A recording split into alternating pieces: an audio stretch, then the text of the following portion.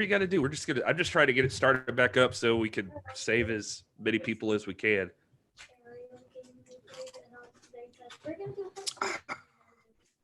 I am mad, dog. Oh. I'm jealous. I do have some bullet over here. I just do this. This was custom made for me, man. My Tanya's grandmother made this for me. It says Outlaw on the side of it. I like, oh, Outlaw. That's you, all right. That's UAF right there. No doubt.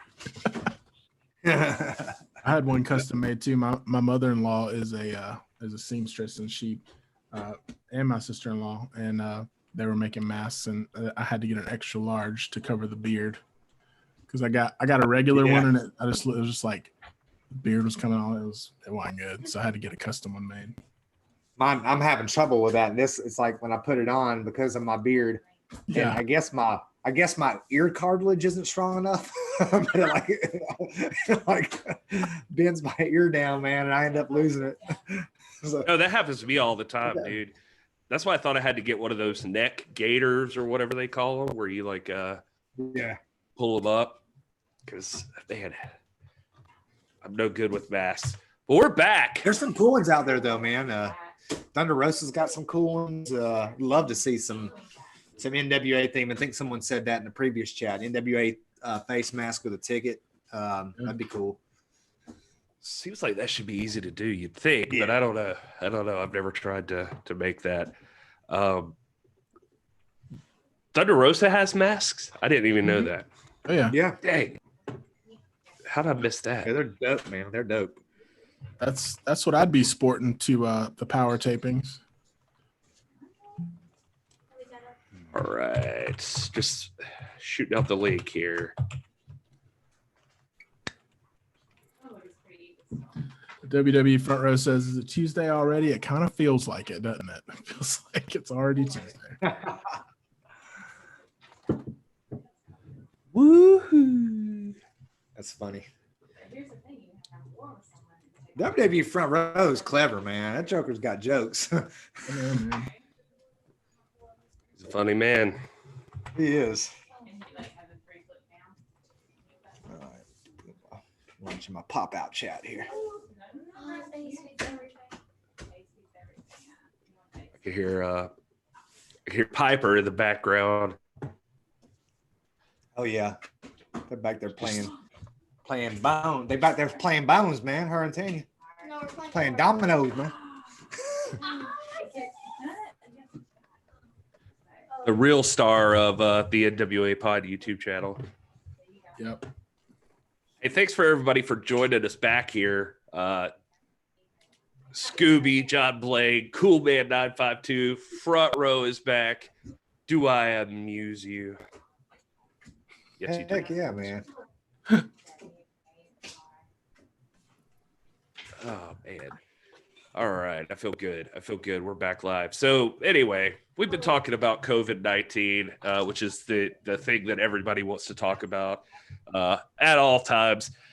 So let's talk about the weird news that's on the table right now that we'd be idiots not to talk about, that we don't technically know anything about, but we're going to attempt to talk about anyway. And that is Zicky Dice's weird contract situation. So I don't know how else to lead into it other than that. Zicky Dice, it was reported by Fightful.com that Zicky Dice had asked for his release and was granted it. And then Fightful has since retracted that, I guess, sort of. They didn't really retract it. They just, I don't know. They should have, in my opinion. But they basically just came and were like, hey, we previously reported this, but turns out it's this. And so. Yeah, that there were still discussions ongoing about it or something like that. Yeah. And that had not happened. That the green light had been given for people if they wanted to ask. And so there was still discussion going on with Zicky Dice and that sort of thing. So, and then we got that weird tweet from Zicky Dice randomly that hold on, I'm going to pull it up here. We'll just hit right out here. Where is it here?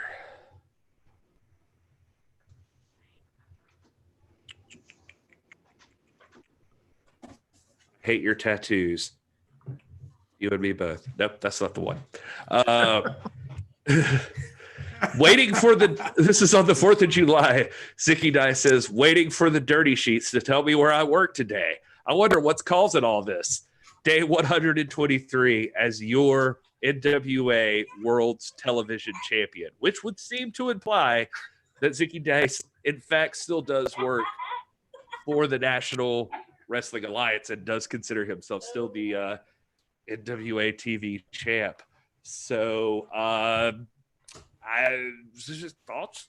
I don't know. I mean, he's still the champ. I mean, according to him, we don't have anything else to go on. I mean, you know, John in the chat mentions this, but I mean, NWA never made a statement about it, which I would assume they would if anything was official. And I mean, I think maybe there are negotiations going on. That's something that, you know, unfortunately we're not super privy to here at the show. So I mean, we don't know. We can speculate, and I mean, from what it looks like is, you know, NWA has given people an open door, basically saying like, hey, this is a big transition. If you're not on board fully, here's an out. Maybe Zicky's thinking about taking it, or they're negotiating what that looks like. Maybe he doesn't want to leave the NWA. He just, as we know, he's under contract. He mentioned in an interview he is under contract until the end of 2020. Maybe he just wants out of that contract. Maybe he wants to be able to continue to wrestle in NWA, like based on per appearance or whatever, and still be the champ and do the right thing in that regard, but with the freedom to go. So I mean, you know, we kind of all jumped to conclusions when that first news story came out from Fightful that, you know, Zicky wanted out, and maybe he doesn't. We don't have all the information, so we're just going on, you know, as he said, what the dirt sheets are telling us, and it's, I don't know, it's kind of crazy. Yeah, as Front Row points out in the chat, I mean, NWA hasn't tweeted since the announcement about the Lagana resignation. I mean, they've been completely silent, and so they have not made an official announcement about anything. So this is not inside baseball talk. We're just going off about stuff that you also have access to see. You'll see us, again, being authentic here. You've seen us go through the motions of learning how to do this thing too. I'll take full blame for it. I retweeted the Fightful report and posted it up before we kind of came to the realization, like, hey, has this even been verified? Let's pull that. We don't know anything. And maybe there was encouragement or not, but like we pulled it back and we're like, you know, let's not talk about this. We don't know.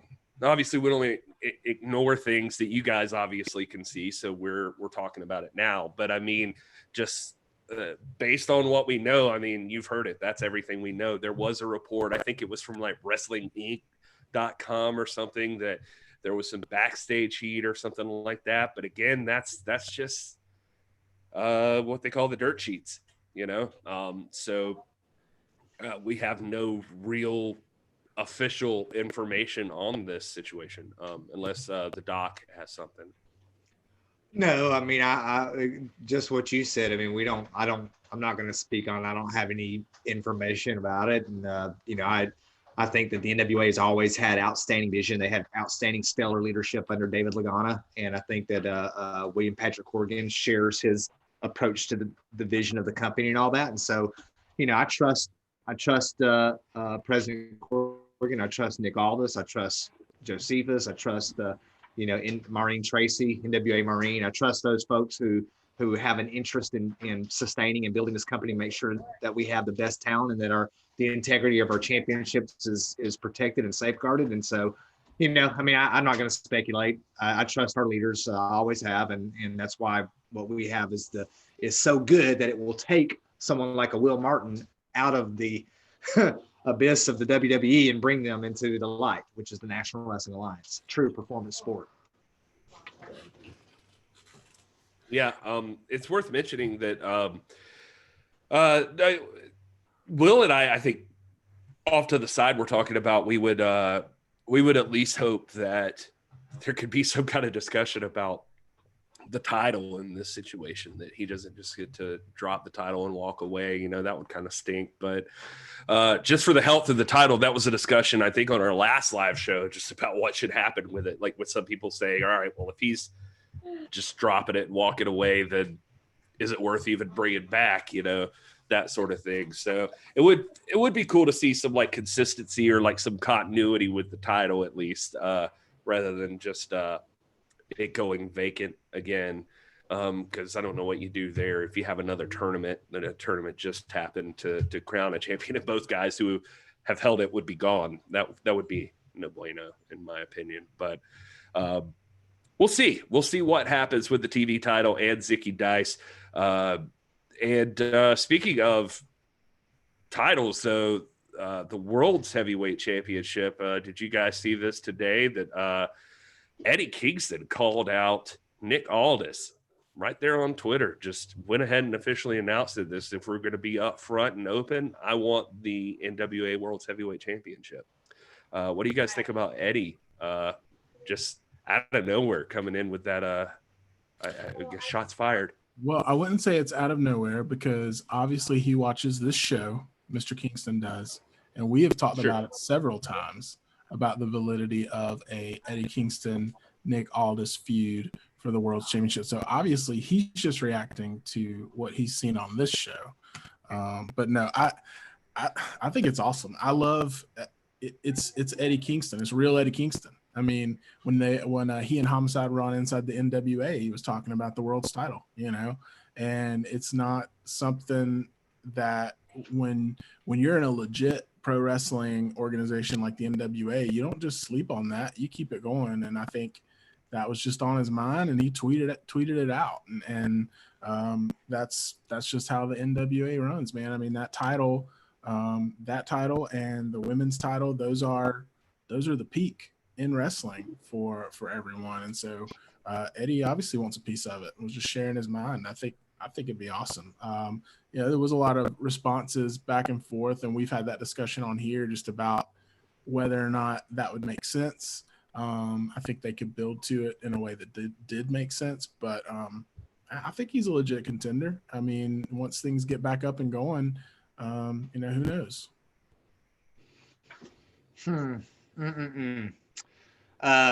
Just to remind you guys, we are about 2 hours, it's 10:30, little less than 2 hours away from day 625 of the World's Championship reign of Nick Aldis. And I'm looking at Eddie Kingston's little tweet here. Yeah, I just threw it up on the screen there. I saw the video that he posted where he was saying something about Aldis. Well, our champion's been champion for 625 days, essentially. There's nobody on the horizon, nobody in the world that can beat Nick Aldis. Nobody can beat him.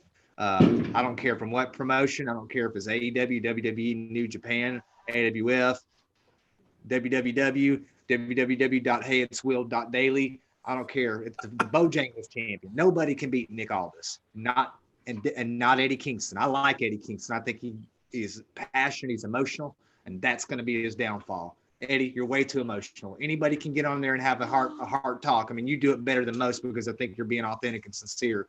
But that's going to be your undoing. Is you're not approaching this like someone who plays chess. You know, you're not thinking 4 or 5 or 6 moves in advance. Like you're about to face the premier map general in the game. This is a guy who's already thought about you. He's already scoped you out, man. He's already thought 8, 9, 10 steps ahead. He's got it. He's got his game plan already down, and you're going to go in and give some passionate promo and walk in there and carry that passion. You're going to get beat. Nobody can beat Nick Aldis, not you, Eddie Kingston. Well, tell us how you really feel, Rob. Well, for those of us listening, I did throw the tweet up on the screen there, and he just said, it was pretty simple, less passionate than Rob's promo even. Like it was just, I want the NWA World's title, 2020, the call out. Now, I will say the one thing I disagree with Eddie Kingston on is that 2020 will be known as the year of the call out. I'm pretty sure we'll have other things to remember about 2020 than that. But But maybe if he is the man to beat Nick Aldis, we will remember 2020 as the year that Eddie Kingston called out Nick Aldis. So, man, it's going to be an epic match. It'll be an epic series of matches. I love Eddie Kingston. He's one of the best.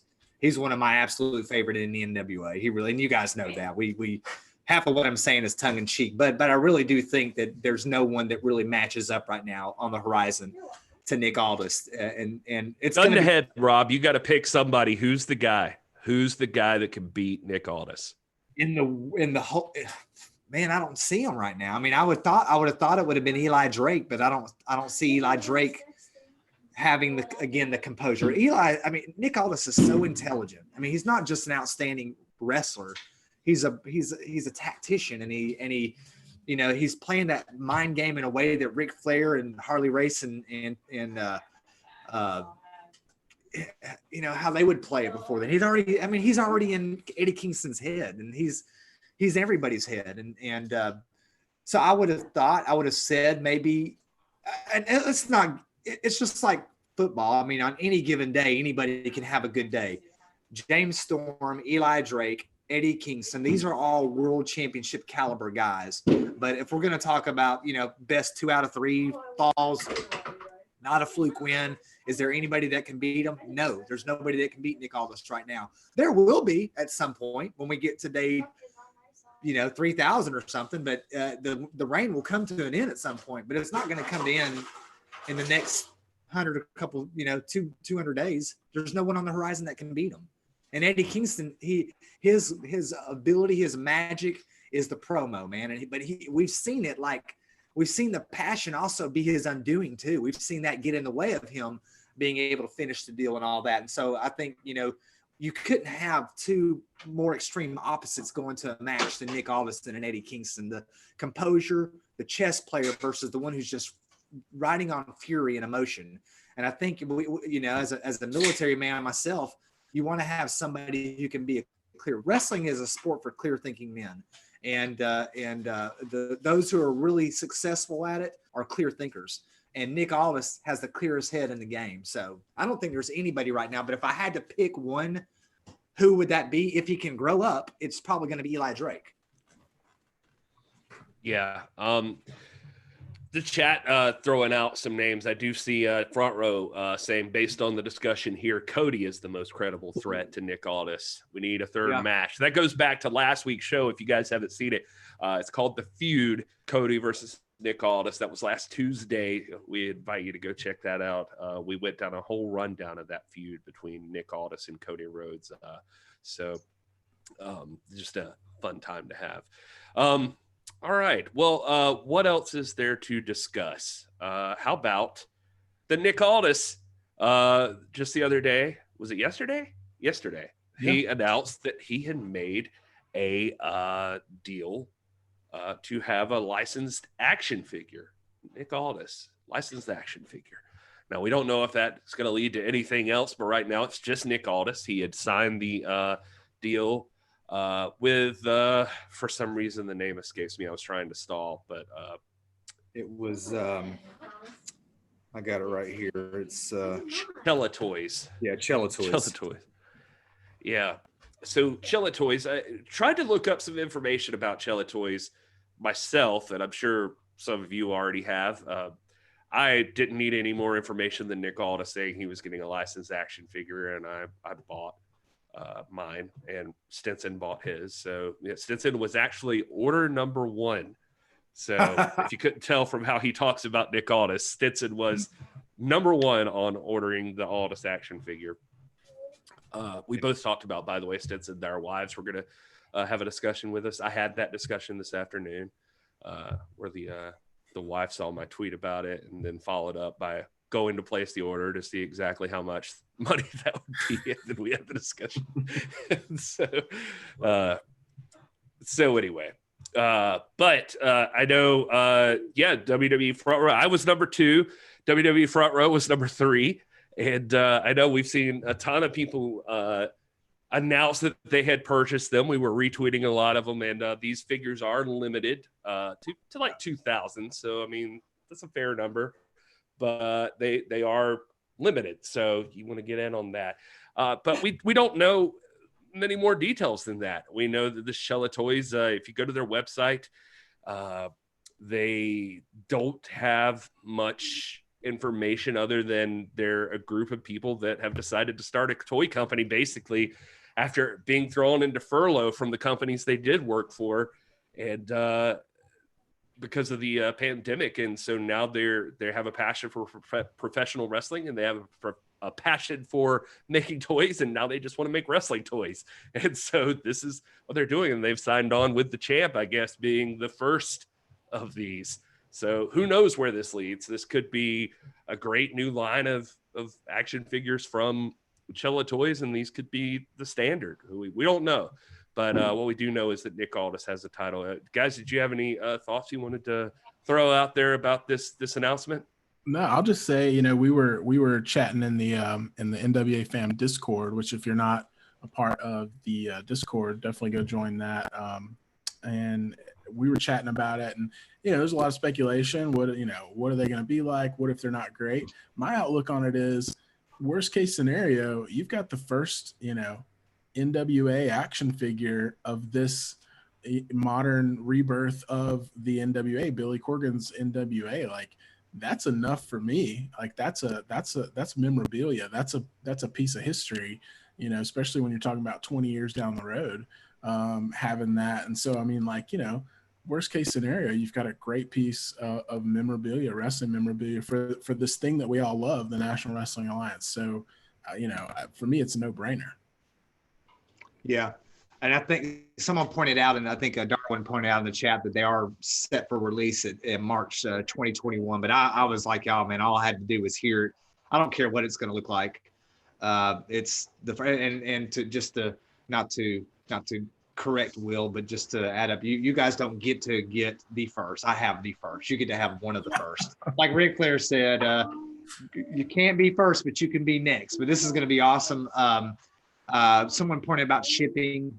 Yeah, shipping is expensive. It's something like $20. It's almost as much as the figure is, or something like that. But or maybe a little bit less than that. But it's not cheap, but it's worth having. Back when we used to get paper statements, I'd have a whole month to make up a story that I could explain to Tanya about where the money's going. Now we've got the app, and we check that junk daily, so I have to be quick on my feet about, hey, yeah, that was that's not for me. That's for Pip.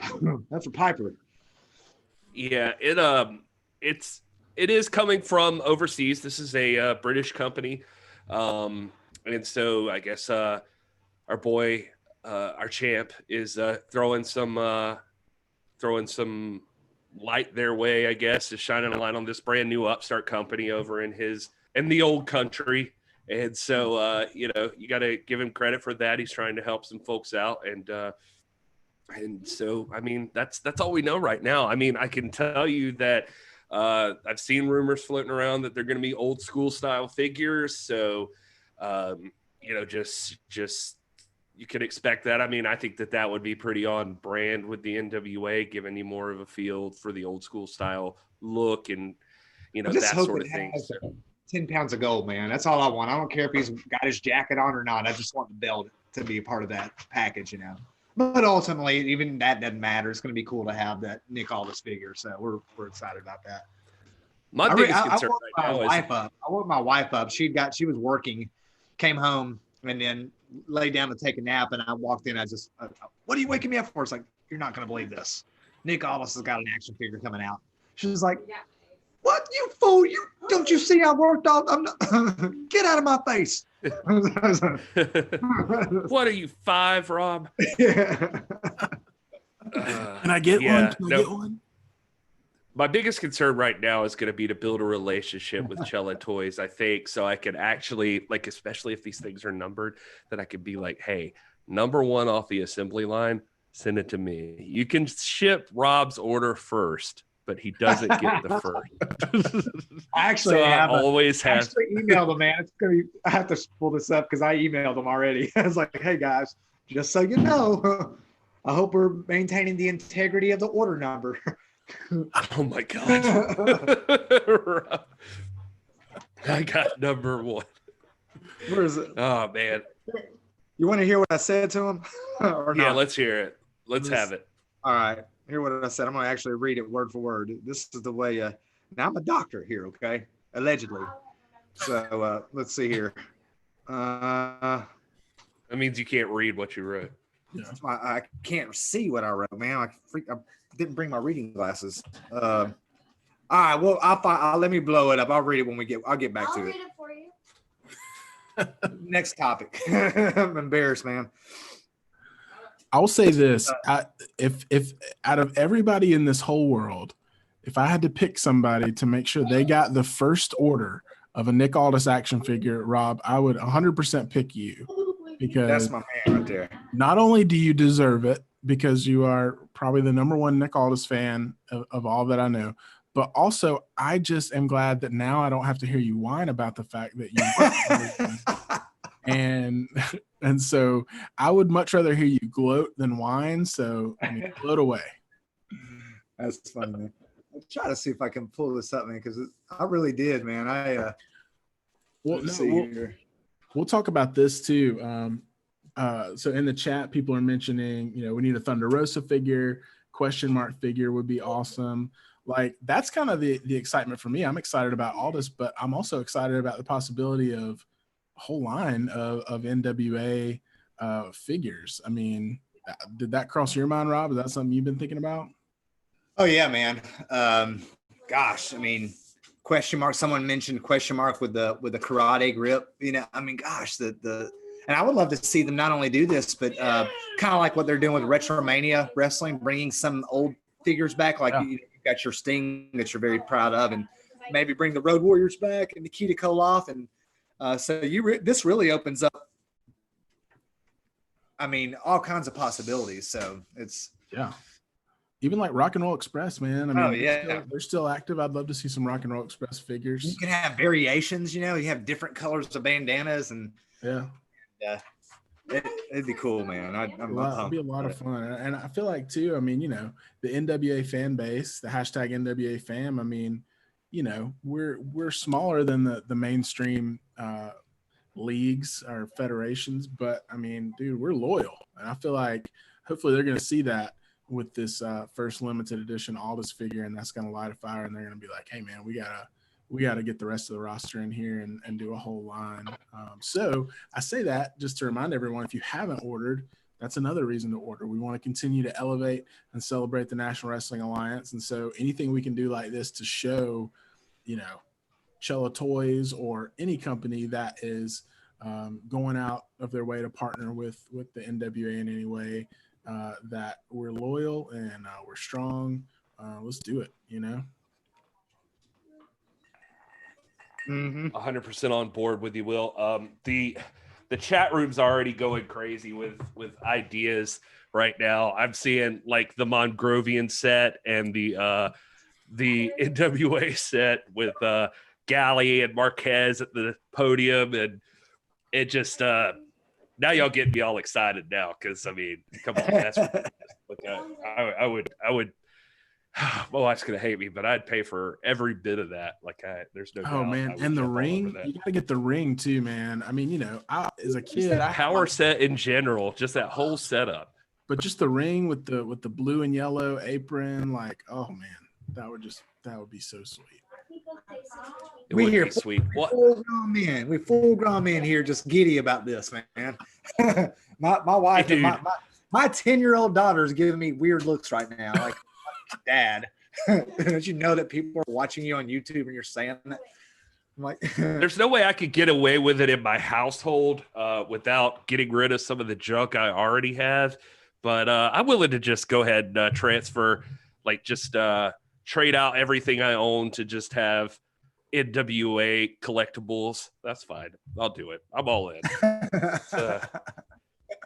Let's go ahead. But hey, this is not off topic, Will, because we announced earlier today that we were going to be talking about action figures and wrestling figures in general. So if you're watching this right now, you guys in the chat, viewers, wherever, surely throughout your history as a wrestling fan, you have owned some wrestling memorabilia, and perhaps some of that memorabilia was wrestling action figures.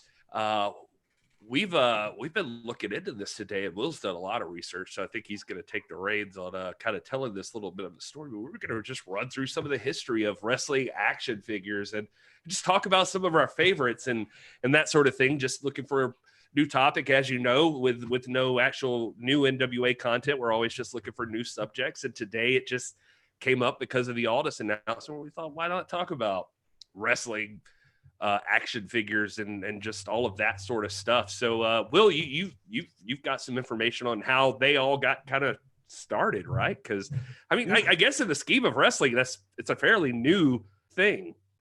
Yeah, I mean, it's fairly new and not, I mean, it's one of those things that it was definitely, I feel like, mainstream popular when I was a kid. Everyone had wrestling figures.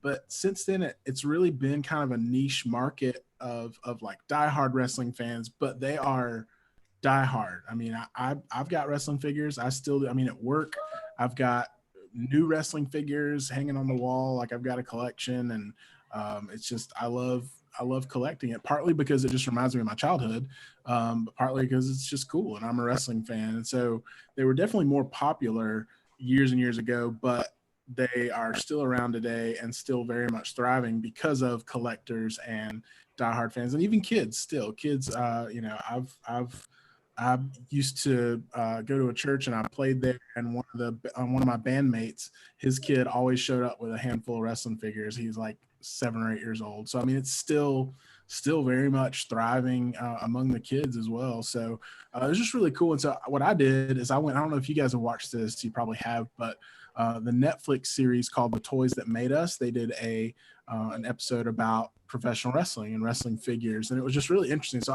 I've watched that 2 or 3 times, and I rewatched it today and just made like a quick timeline and outline of the history of wrestling figures, the popularity, kind of the shift in ownership and companies and things like that. So it was just really interesting. So I figured we could just, you know, there's nothing else to talk about. Let's just talk about wrestling figures, right? And let's keep the spotlight on this Aldis deal, and let's just roll with that. So in the chat, you guys that are here, if you've got some good wrestling figure memories, you're already starting to share stuff, go ahead and throw it in there. And after we talk through this, we'll go through some of those. But really, and if you go back, and there may be some instances before this, but really wrestling figures as we know it really started in 1984 with the rise in popularity of the WWF. And what happened is Galoob, David Galoob owned Galoob Toys, and they had a couple of guys on their team that were really into pro wrestling, and they were really sold on the fact that, you know, Galoob should be making wrestling figures. They should be getting into the wrestling market. This was kind of unheard of until that point, but they just noticed, man, there's a bunch of kids in the crowd. We got to get in on this. We got to start making some figures. So in 1984, an associate at Galoob by the name of Saul Jodell, he actually called Vince McMahon. He pretended to be Dave Galoob because he had talked to Dave Galoob, who owned Galoob Toys, and he wasn't totally on board. And so he pretended to be Dave Galoob and called Vince McMahon and started the conversation and said, hey, I'm going to send my guy Saul, which was really him, to you to talk to you. So he goes to Vince McMahon in 1984, and it turns out that they already had a deal on the table, or an offer for licensing from Remco. And Remco had offered them, I think, $10,000 for the licensing deal to make WWF at the time figures. And so Saul from Galoob, he turned around and offered $25,000. And so, you know, more than doubled the offer from Remco. And so Vince basically said, okay, that sounds good, but how do we know you're any good? And so Saul says, well, call Universal, because we just did a deal with them. We made a bunch of A-Team figures for them. The A-Team was obviously really popular back then. And so what they didn't know was that Universal was in the process, or had just purchased LJN toys. And so instead of vouching for Galoob, Universal turned around and told LJN that Galoob was making a play for WWF figures. And so LJN called, and they offered $200,000 for the licensing. So we've jumped from 10K to 25K to now LJN is offering $20,000 for the licensing rights to make WWF action figures. And apparently Vince still kind of wanted to work with Galoob, and he said, hey, if y'all match 200K, we'll go with you guys. But that was just obviously way too steep for them. And so the first real, mainstream kind of action figure we got was this LJN Toys. It was called Wrestling Superstars. And it was these big, like, rubber, you guys remember what I'm talking about? Like they were too big, honestly. And they were like these big rubber, Hulk Hogan and guys like that. They were like, I can't remember the size. They were like 8 inches. They were like 8 inches or something like that, weren't they? Yeah, it was something like, in terms of what we know now, way too big. But what happened with that was really interesting because what they would do back then, and I think they probably still do it now, but they would make large scale versions so that they could put all the details in there and make them very articulate and real to life. And then they would take that and they would like cut it in half, right, to make a smaller version. Well, when they were going and shopping it around to places like Toys R Us and all the different retailers, they were taking the big prototypes, and everywhere they loved the big prototypes. And they were like, oh, these are cool. The thing we love the most about it is the size. It's big and it's really cool. And so they were like, oh, shoot, we forgot to tell them like we were going to make them small. So they basically just didn't make them small. They kept them big. And now it's kind of a joke when we look back on it because it's like comically large almost. But I remember those. Did you guys remember having those as kids or being around other kids that had those? Oh, yeah. And for our viewers, you can see them on the screen right now. I think I should be sharing that screen. The figures. But yeah, I had the Macho Man was like my favorite one. I'm showing it right now on the screen where he has the stars, the peak tights with the stars. And that was absolutely my favorite one. I played with that like constantly, and it's fun in that the Toys That Made Us series. They talk about how fun they were because you could just like slam them together, and that was literally what I kept doing. I think I had a Hogan and a Macho Man, and I would just like slam them together like an idiot. I don't know what I was doing, but But it's weird how much I still remember those fondly when they literally have like 0 points of articulation. Like I think I finally ripped Macho Man's arms off because I kept just trying to make his arms do other things besides just flexing his biceps or something. But anyway, I loved them. Yeah. And I don't know. I think Rob's trying to talk, but he might be on mute. Oh, I'm sorry about that. Yeah, I'm trying to. We got a serious game of dominoes going on behind me, so I'm muting my mic. So anyway, we had the. Hey, Rob, you're doing a live show, pal. Yeah. We had the. We didn't. Growing up, man, we didn't have a lot of resources, so we didn't have a lot of stuff like that. I did have inherited some Star Wars figures from one of my cousins that I had, but I did have every single one of the Remco figures that AWA did. I think someone might even mention that. Rick Martel, Aries Abisco, Ric Flair with the robe, purple. Some might say periwinkle tights with the belt and the Road Warriors. And I think they're the fabulous ones or the fantastic. Might have been the fabulous ones. Steve Kern and Stan Lane, maybe. That I had all of those. I don't know how I got those. I acquired, I think maybe probably from my cousin as well. But man, we were so into those that I was so much into that stuff. I had this little notebook where I would have these little wrestling cards. I'd build these, have this little promotion. I would make little title belts out of notebook paper and aluminum foil and put them on. And I had 20. Man, we had like now here I was living in Georgia, right? But we had the Minnesota title, man, the New Zealand title, the Texas title. We had all these different random titles that meant nothing had nothing to do with Georgia, where I'm from, But my neighbors had the LGNs, man, and those were cool. But I remember what you're saying, Gary.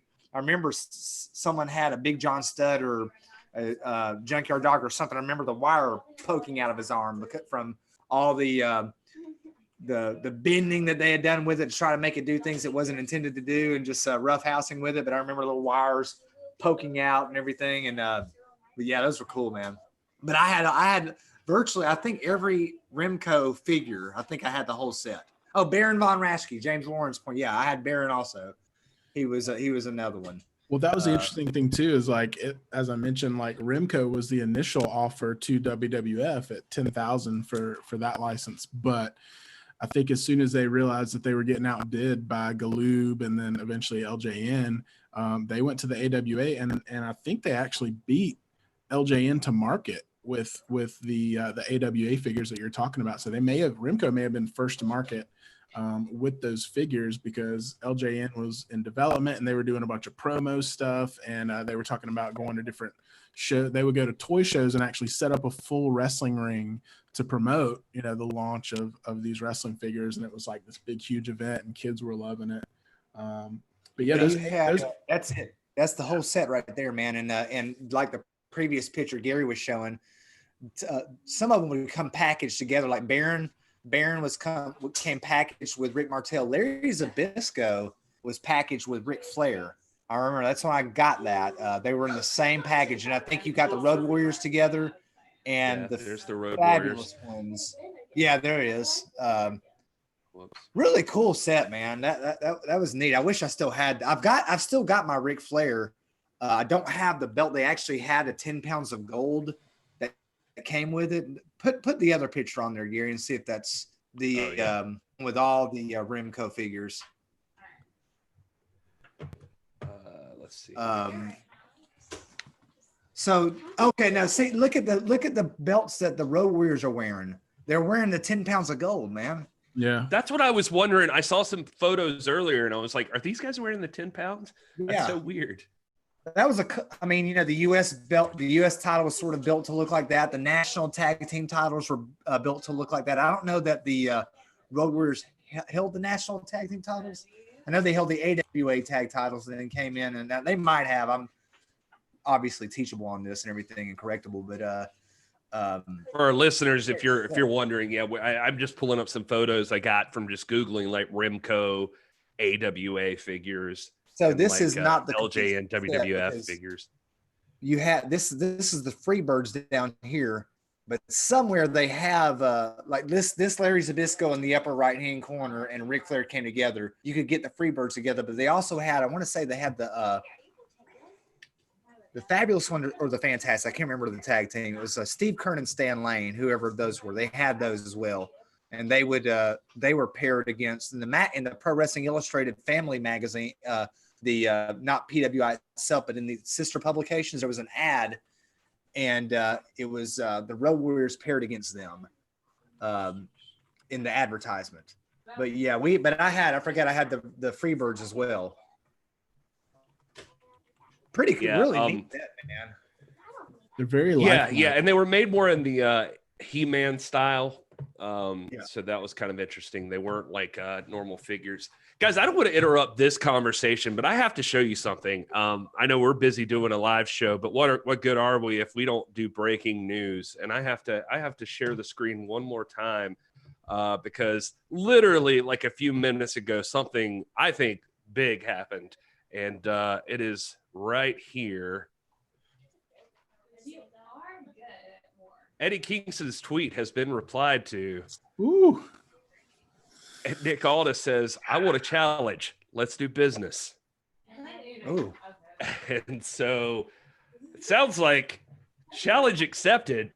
He's using hashtag Aldis versus Kingston and hashtag 10 pounds of gold. So, guys, I think we're starting to see the spark of something here. Something's going to happen between these two. So I don't really have much else to share except that I just got the alert that Mr. Aldis had accepted the challenge. So just breaking news. We may not be far off from some NWA World's Heavyweight Championship action, and Aldis may have to put that belt on the line and prove Rob's theory that nobody could defeat the man. Yeah. So I anticipated this tweet coming. So I mean, like I said, Aldis knew he was going to do it. He knew the challenge was coming at some point. He's already thought this out. He already knows how he's going to approach Eddie Kingston. in the ring. Well, I'm sure he hopes you're right.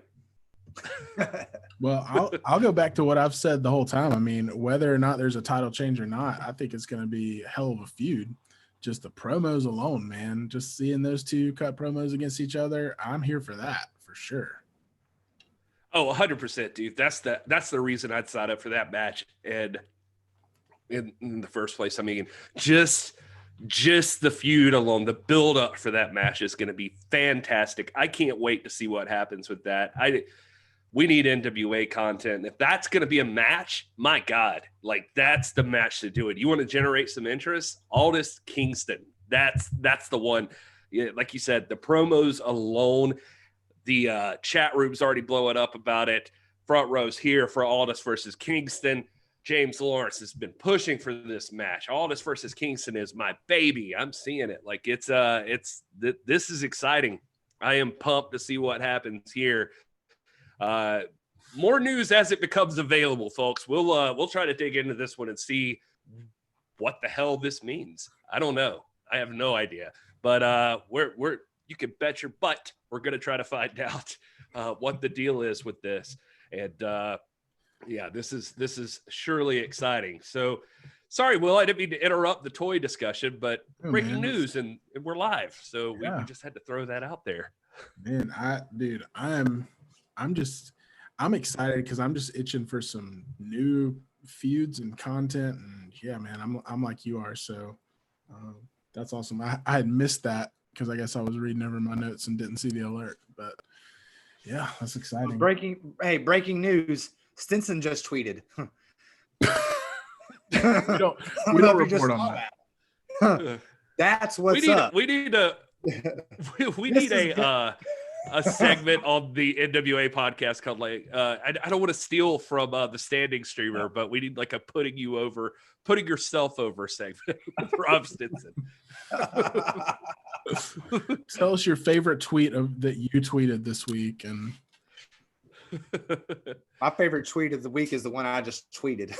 It says, when the dust settles, the fact will remain that the march to 1,000 days will continue. It will be epic, but the reign will be intact. Promise. If not, who will be able to console Dr. Rob? I can't do it.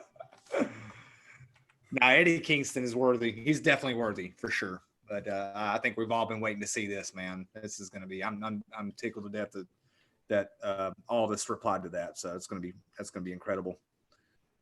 No, this is huge news. I mean, and it sounds like, I mean, that the champ is itching for a fight. So for anybody who thinks he was going to rest on his laurels and on the pandemic, he is not. He is a fighting champion.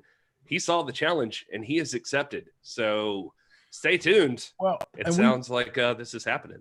We've talked about this a lot as well, but I mean, in the NWA, the champ, specifically Aldis, and Tim Storm was the same way, but they have not ever shied away from a challenge. And it's different from, other organizations and promotions where it's like one at a time. Tim Storm and Nick Aldis have both been known to have multiple feuds at one time. So it doesn't mean they're going to hang their hat on Aldis versus Kingston. It just means that, it's obviously, he wants to challenge and Aldis doesn't back down from a challenge. So, I'm here for it. Like I said, if just for the promos alone. But speaking of LJN toys, that's my transition because I don't know how to get back into the conversation. I loved it. He nailed it. Speaking of getting in trouble as a toy company, basically LJN, they had a lot of success with those wrestling superstars, WWF figures, but got into some hot water when one of their toy companies called Intertech made, and this is just crazy to think about in terms of 2020, but they made a line of very, very lifelike water guns. And I mean, like they look like real assault rifles. Dude, I saw the pictures. They legitimately did. Yeah. And so they got in a bunch of trouble because apparently there was a string of like actual bank robberies where they used these guns because they looked so real, and got in a bunch of hot water, a bunch of legal fees, and basically, had to give up the a bunch of stuff, including the WWF licensing deal. And so that's where Hasbro jumped in. Actually, no, I skipped one part. So after the LJN stuff, the Wrestling Superstars brand and toy ended up with a company called Grand Toys in Canada. But the problem there was they made a new line of Wrestling Superstars, and they were only available in Canada. And so what good did that really do for Vince and WWF? So they pulled out of that and moved over to Hasbro. And Hasbro started in 1990, and they killed everything that LJN had done with the big rubber figures and all that stuff. And they basically just started from scratch. And these are the ones that we're probably a lot more familiar with when we consider like the retro WWF figures. It's probably not those big rubber ones. It's these. It's the ones that were, they all were, Gary's throwing it up there. They were posable. They were smaller, and they all had like their mechanic, their one kind of finishing move. I remember the Ultimate Warrior, and he would gorilla slam you or whatever. And then, I had the Rockers. If you go back one, I remember specifically the Rockers, Shawn Michaels and Marty Jannetty, and they just jumped, which I thought, looking back on it, is a little comical that you just pushed them down and they just jumped. But yeah, so that was the line. That was the line of Hasbro figures, which were, wildly successful. It was said at one point that Hasbro was doing over $100 million a year in sales from WWF licensed merchandise. And what happened was, with the success of the figures, they also expanded into other areas like the title belts, other toys, things like that. And then the Wrestling Buddies, which I had. I don't know if you guys had the Wrestling Buddies, which is funny looking back on it now because it really is. Yeah, there it is. It's just a pillow, but it was like my favorite thing in the world. I had a Ric Flair one. Almost like a teddy bear. Yeah, I had a Ric Flair one, so I didn't have these. The Hasbro Tonka ones that came out. Gosh, man, we need the Gear Bear. We need the Gear Bear Wrestling Buddy. That would freak me and my wife out if I slept with one of those. Should definitely do that. I had the Big Boss Man, like randomly in college. Like I remember, it's still around here somewhere. Somebody gave me the Big Boss Man because they knew I was a wrestling fan. So that the Big Boss Man that's on the screen right now, I remember having that. But yeah, I had Ultimate Warrior for sure as well. I always wanted the Legion of Doom. I loved those. Either one of them, probably Hawk if I had a choice or a preference. But yeah, so I mean, when the Wrestling Buddies came out, I think those. Let me look at my notes real quick because I wrote it down. Those made $3 million in just the first year. So this was like, and this is in 1990. This is like wrestling toys at their peak. It's interesting because as I said before, like wrestling toys like came onto the scene, they peaked really fast, and then they just kind of tapered off. And like I said, now they're still really popular with loyal fans like us, kind of moderately popular with the kids, and they do well enough in the scheme of things. But I mean, this is 1990 where like it was peak popularity. So what was also going on during this time was Ted Turner and WCW, which, we just covered, or we're going to cover on Tuesday, Great American Bash 1990. This is right in the thick of all that. 1990, where, you've got Ric Flair and you've got Sting and you've got the WCW really becoming much more prominent with their national television coverage and things like that. And so now we've got another player. We've got Ted Turner and all his money, and he's wanting to go and do everything that Vince McMahon's doing. And so he goes out to find him a deal and ends up, obviously, as we know, partnering with Galoob for the licensing. And that's where I show this all the time, but this is he's always on my desk. This is my 1990 Galoob Sting action figure. You can see, Gary, you probably got some photos to show up, but I mean, they're not posable. It's like one pose. The reason for that is because there was a very, very short time period between when the concepts were made to where they had to get them into market. So they just didn't have time to make them like posable or anything like that. And so they just made the molds, made the figures, and sent them out. And, if you were a WCW kid like I was, you had to have these. I had all of them, and I had the ring and all of that stuff. And so So this came out. The cool thing about these is that they were a little more realistic than the Hasbro ones. I don't know if you guys have an opinion on that, but they felt more realistic. They actually resembled the wrestlers in the face. Like Luger looks just like Luger, man.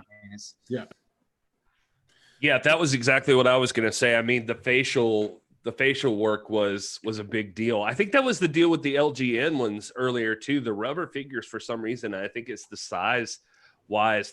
I think back then it was the size that helped them get the facial details down a little bit better. And then, yeah, they seem to have nailed it with these WCWs. I had this Sid one. I kept this picture because for some reason, somewhere I still have this Sid figure. Like I loved this Sid one. Like they were a little stiffer than the LJN ones, as far as like they weren't as rubbery like feeling, but they were definitely cool. And I think there was Ric Flair. I feel like I had that Ric Flair too. Yeah. At one point, and they came with these belts and stuff. That was you had the Spanish one.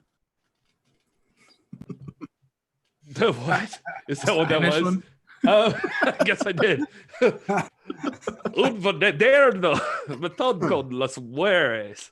I probably butchered that. I'm sorry. But yeah, there you go. They even had a referee, double A in there, Rod Simmons. Yeah, I had Tom Zink too, didn't they?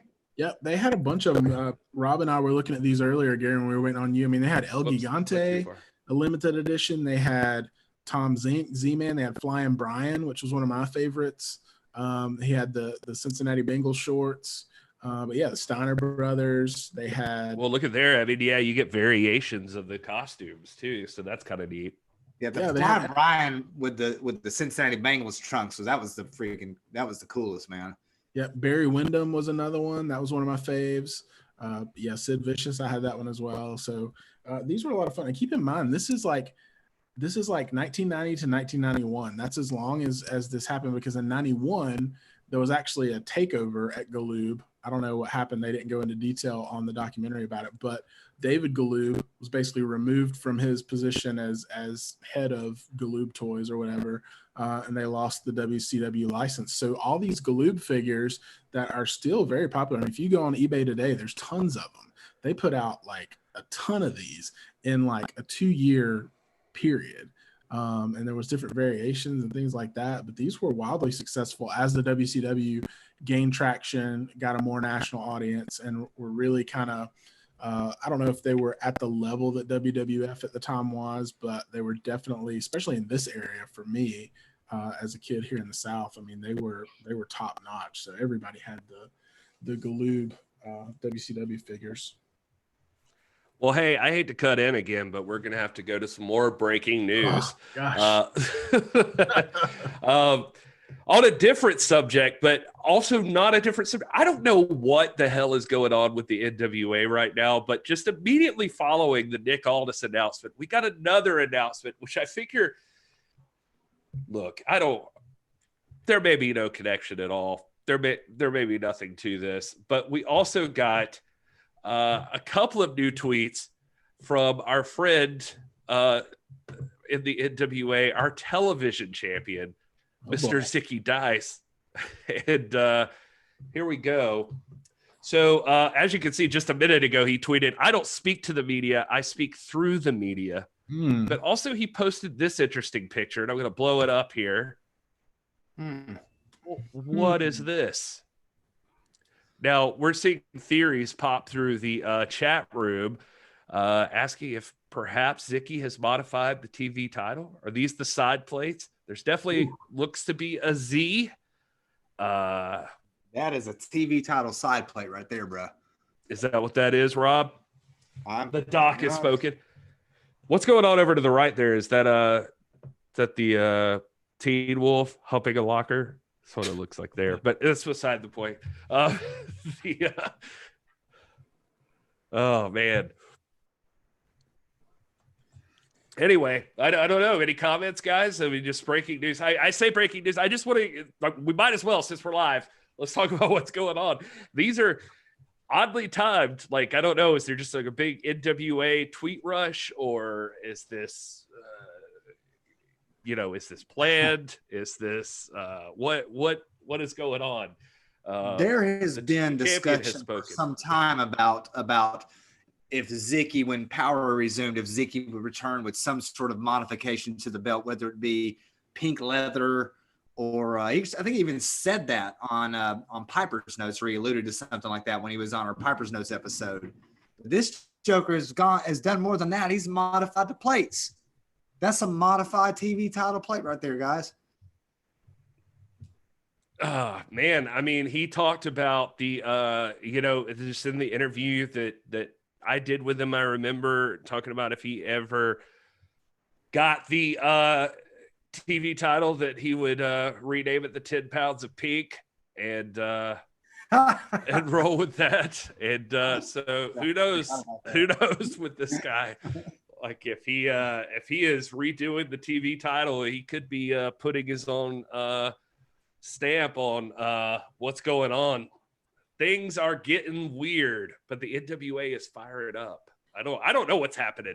Your guess is as good as mine. I just Dave Scooby in the chat saying that those definitely look like new side plates replacing the TV stations on the TV title belt. So Zicky Dice not only just recently announcing that he is still your NWA TV champion, but he's also now seemingly screwing around with the belt. And so take that for what you will. I hope he didn't go out with that. Looked like he went at it with a Dremel tool or something, man. That's something Zicky would do. Yeah, no, you're right. I mean, I wouldn't put any of this past him. Anyway, sorry, Will. I know I feel bad. Will actually put together today's notes, and he's like walking us through the history of these toys, and I keep breaking in here, and I hope you don't think I'm being rude here. I just figure this is also exciting information that's just popping up in front of us as we're live tonight. No, man, I feel like they knew that we were live, and they're like, let's just give them.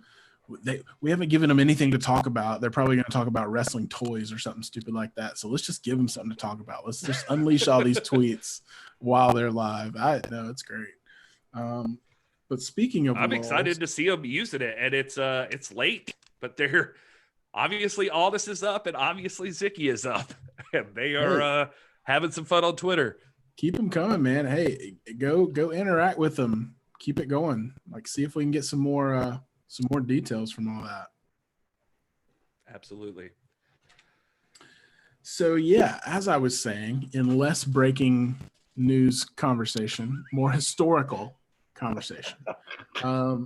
But yeah, all this stuff with Galoob, WCW is going on in 1991. And then there was a takeover at Galoob. They lost the WCW license. And so there was kind of a lull at this point in wrestling as a whole. I think this is when Hogan left and came to WCW eventually. And so there was just this was, pre-Attitude Era when things ramped back up, and there was kind of just a lull. And so even Hasbro, their sales had kind of leveled off and were declining a little bit with their WWF merchandise. They weren't having the $100 million years that they were having early, 1990, 1991. And so it was kind of a lull. And what happened was, after the takeover at Galoob, the guys who kind of headed up the WCW production and design and part of that partnership, they started a company called the original San Francisco Toy Makers. And so they made this line of this line of WCW figures that, I don't know if you have pictures of these, Gary, but these are I think these are awful. And maybe it's just because I love the Galoob one so much, but these original San Francisco Toy Maker versions of the WCW figures are just very plain. Yeah, I think I've wait a minute. Is this? Yeah, hold on. I've got it here. 1 second. Sorry, I got the wrong screen pulled up.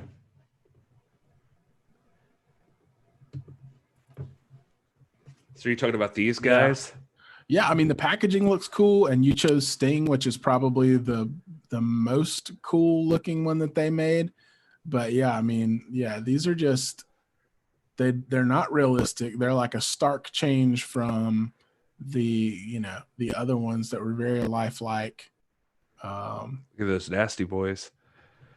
Yeah, they're not very like true to scale. They have like they look a lot more like they're mimicking the Hasbro style. I don't know if you guys see it that way. Yeah, that's what I was just thinking. Yeah, and so it looks like they were just trying to kind of compete with the WWF a little more with these. Props to those guys from Galoob for starting their own company and reigniting that partnership. But these, I think, in the scheme of things, you just don't see these when you talk about wrestling figures. These are kind of the like forgotten ones. Yeah, I don't even remember these, honestly. Like, I was looking through and trying to remember these, but I don't. Like, that's Scott Steiner in the background there of the thing we're looking for. It's real weird. I've got a couple of these, but I actually only acquired them in like the last 2 years from a buddy of mine who had a bunch of them and was giving them away, and I took a few. But yeah, I think I've got Macho Man and Sting from that. Not the one in that picture, not the Wolfpack Sting. Not the white and black face paint. Gotcha. Sting. Was that supposed to be Goldberg right there behind Rey Mysterio? Is that who that is? I'm guessing so. Yeah, looks like it. Worst Maybe Goldberg ever. Bret Hart. I mean, that's a notable Gilbert. one. It's Gilbert. Gilbert, yeah. I think that's Flair back in the back next to Sting, and yeah, Scott Steiner with the extra long neck. Big Show looks just rough. Look at that Razor Ramon. That does not look like Razor Ramon at all. I mean, sorry, Scott Hall. Looks like Ron Jeremy. I didn't realize he was in WCW, but hey, they picked up a lot of weird names, so I wouldn't be shocked to learn that. But yeah, so this was kind of all. Hey, Gary, you're still sharing your screen. Oh, I forgot. Whoops. Well, I mean, at least it wasn't on Pornhub.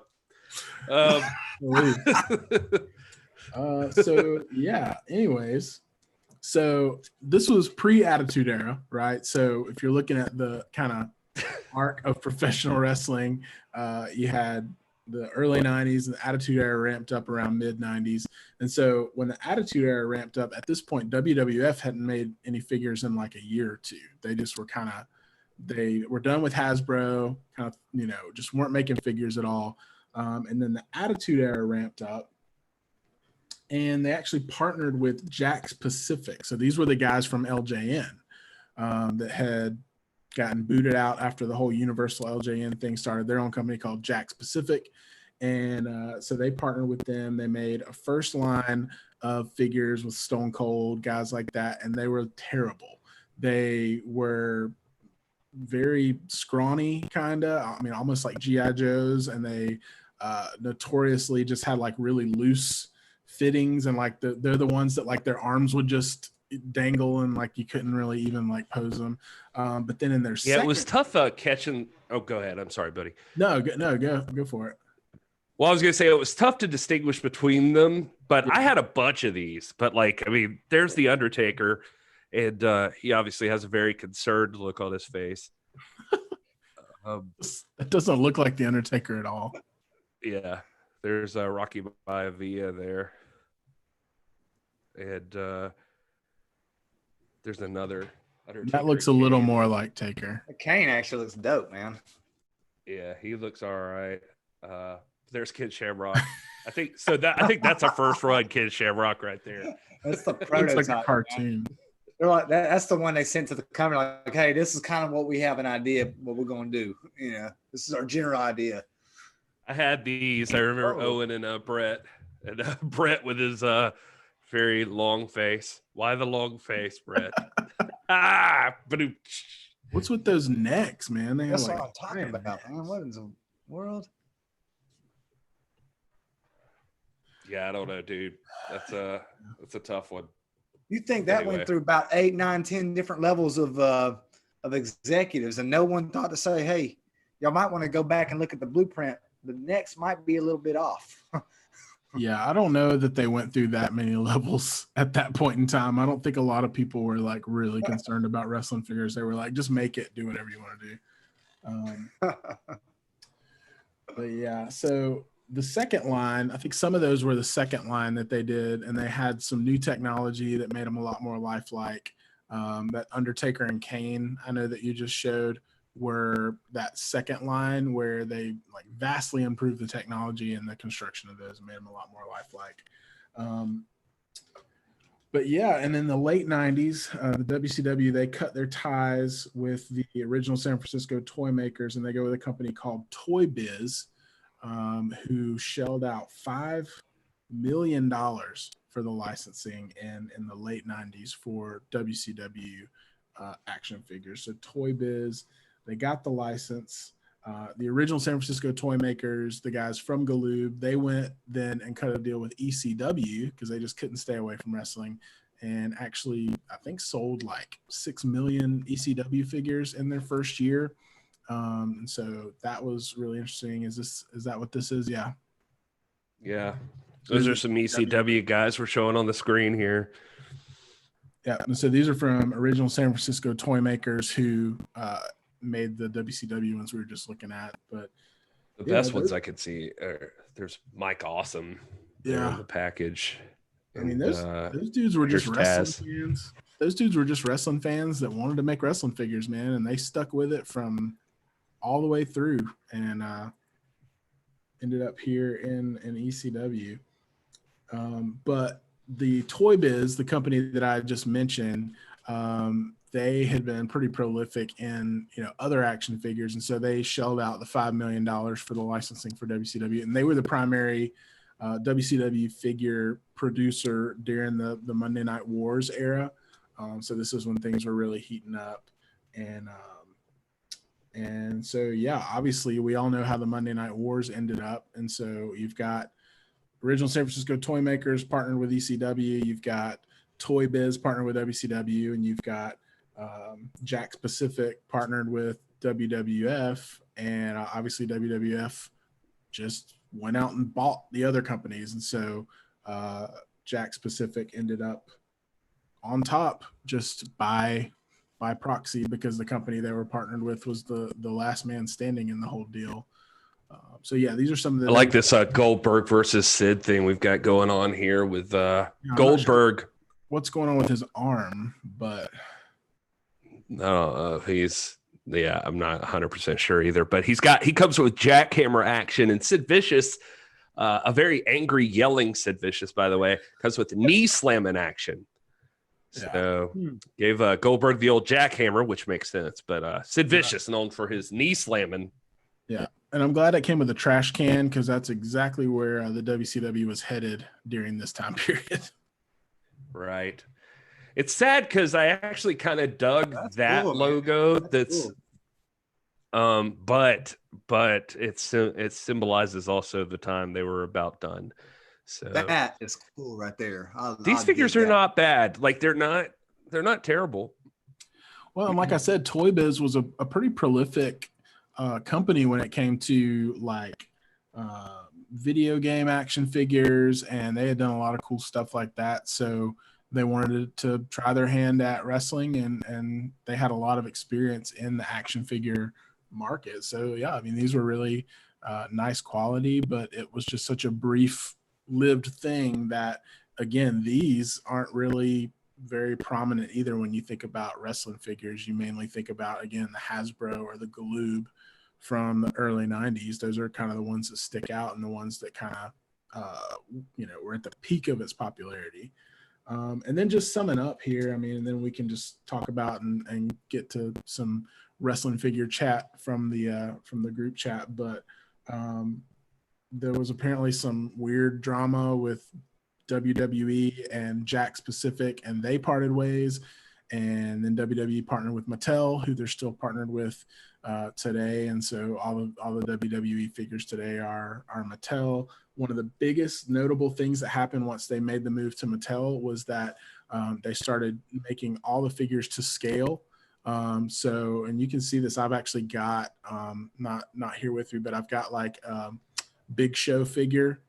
And if you put him next to Seth Rollins, it's like a real, the actual size difference. So they started making them to scale, which just, gave them a little more of a lifelike feel. But I was gonna say that, and I think I've got some of these photos here too. I can show off for the chat, but one thing I don't ever want to see is a Ric Flair Hulk Hogan ladder match. I just wanted to point that out. They come in a package with a ladder, and that seems like the worst match. But here, just on eBay trying to look that up. I was like, is that still out, man? I've never seen that one before. But you can look at these, and these are the ones that Will's talking about now, and these are legit. Like, I mean, it is tough to beat like how detailed they've gotten now.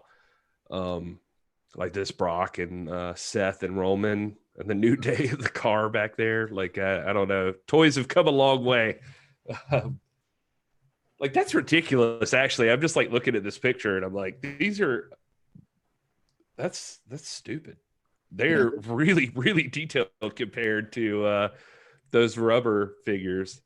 And there's so many hinges on it. Like, you can pose them in like literally any position you want. Like their arms rotate like a human, rotator cuff. Yeah, I mean, look at like Warrior and Rick Rude and Bobby Heenan. They didn't even just stay with modern. They've gone now into like the classics, like Back in the Past and stuff like that. Like like that's about as good a Hogan figure as you could hope for. And I've actually got that Rick Rude figure. That's one of my favorite ones that they did. It's just a WWE Legends. I don't know what they call it, Hall of Fame or so. I don't know. But look at these Road Warriors. Those are awesome. Jeez, man. Look, those are sick, dude. Like, they just here's their butts. But it was the only picture I think I could find that kind of showed the scale. Did you Google wrestling figure butts? No, what I was trying to do here was to show the scale, and this was the only picture that came up really that worked. And it was like, you could see like, here's Sami Zayn over here compared to like Kane and like Braun Strowman, who are like much larger than he is, So it's just that's what I was going for. It's like you see kind of a size difference here with like Cena and Triple H. Like, there's obviously like a height difference and stuff. Yeah, but just kind of cool. Anyway, so very neat.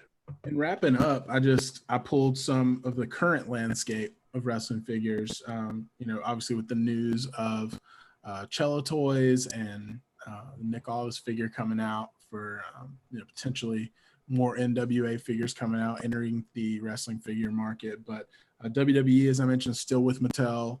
AEW is releasing figures with a company called Jazzwares. They do figures for Roblox, Peppa Pig, if you're into that, and Fortnite. So they've got a little bit of clout. And then Ring of Honor, I don't know if they're still making figures, but they were working with a company called Figures Toy Company. New Japan was working with a company called Super 7. They had some figures out at one time. And then Impact, I don't know if this is a deal that's still in place too, but they had some figures out, and they were through Jakks Pacific, which is the company that WWE was with before Mattel. So it looks like they're still trying to take part in the wrestling figure market. But that's just kind of, a brief history of wrestling figures with some NWA breaking news mixed in there. So yeah, I mean, whatever you guys think. I haven't looked at the chat this whole time, so I don't know what the word's been, but it was just fun. I loved wrestling figures. Still a big part of my life as a wrestling fan. It just takes me back, the nostalgia. Have you seen the crossover ones that they're doing right now? The Sting and Ultimate Warrior Masters of the Universe crossover. Yes, they're cool, man. Yeah. Yeah, I've seen those, and I've got some of the I've also got some of the zombies and monsters figures that they did. I've got a Chris Jericho and a AJ Styles and a Seth Rollins, I think, like zombie version. It's weird, but It's just kind of these cool things. But those Masters of the Universe crossovers are pretty cool, actually. They're freaking cool, man. I don't buy a lot of figures myself. I did buy the Aldis one, but like I saw that Jericho zombie when you were talking about it. I really respect Chris Jericho a lot. So I've thought about doing that, but I think, man, shoot, man, more NWA stuff. I'd be a buyer. Yep. Oh, that's so weird. I had never seen these before. It was so odd. The Masters of the Universe stuff that you're talking about here. There's like Sting and Ultimate Warrior and let's see what. Yeah. Look at that. What in the world? There's like cool, huh? Nerd. Yeah. Yeah, look at that ring. That's so weird. It's like Castle Grayskull, man. That's dope. Yeah, the Finn Balor, I knew that was one of them too. Yeah, it makes sense with Finn. Triple H has got that dang Skeletor look going on there.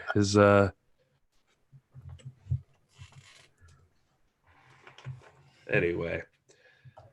Interesting. Thanks, Will, for putting that together, because it's wrestling figure day. Now, of course, I mean, we didn't even get into the fact that like Funko has come back since, all of this started, and they've got stuff like I've got this guy, Ric Flair here, and Stinson's got his old Funkos too. I mean, I've got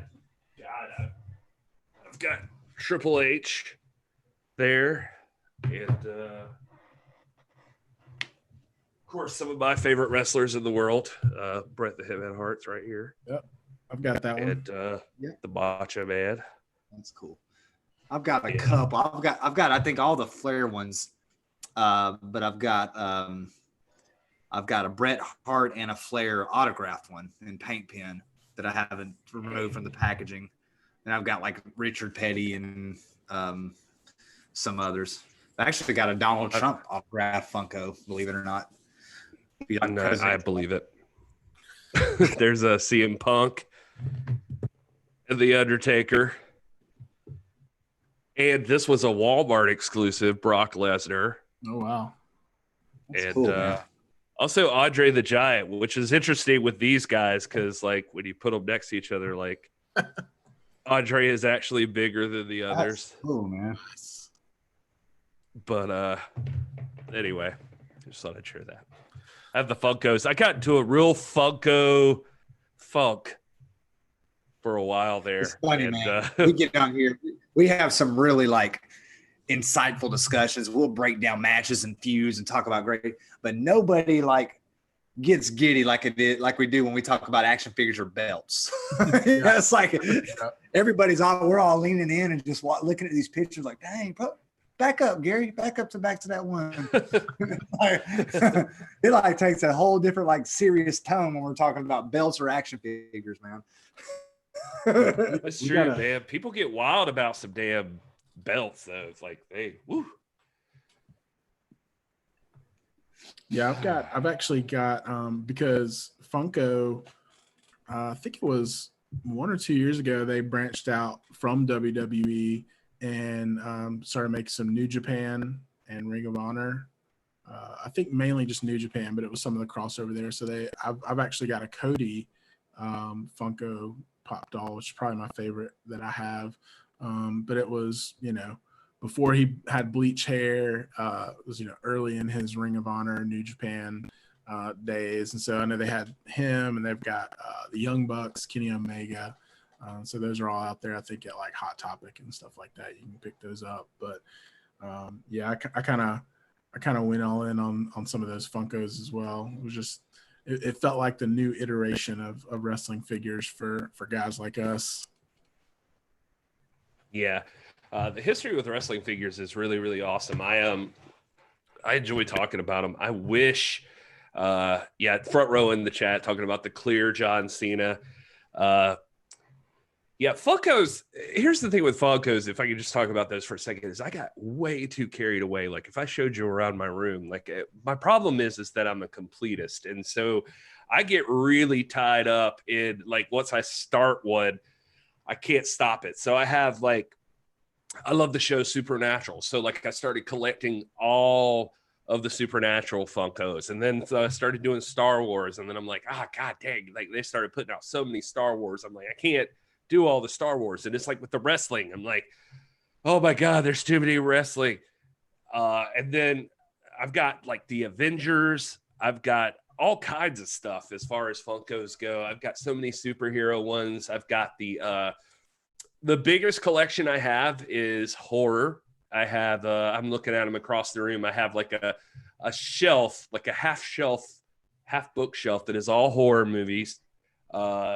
Like DVDs and Blu-rays and such, and box sets, but also on it it's decorated with Funkos. I can look at it right now and tell you I've got Michael Myers, Cthulhu, Pinhead from Hellraiser, Reagan from The Exorcist, Sam from Trick or Treat.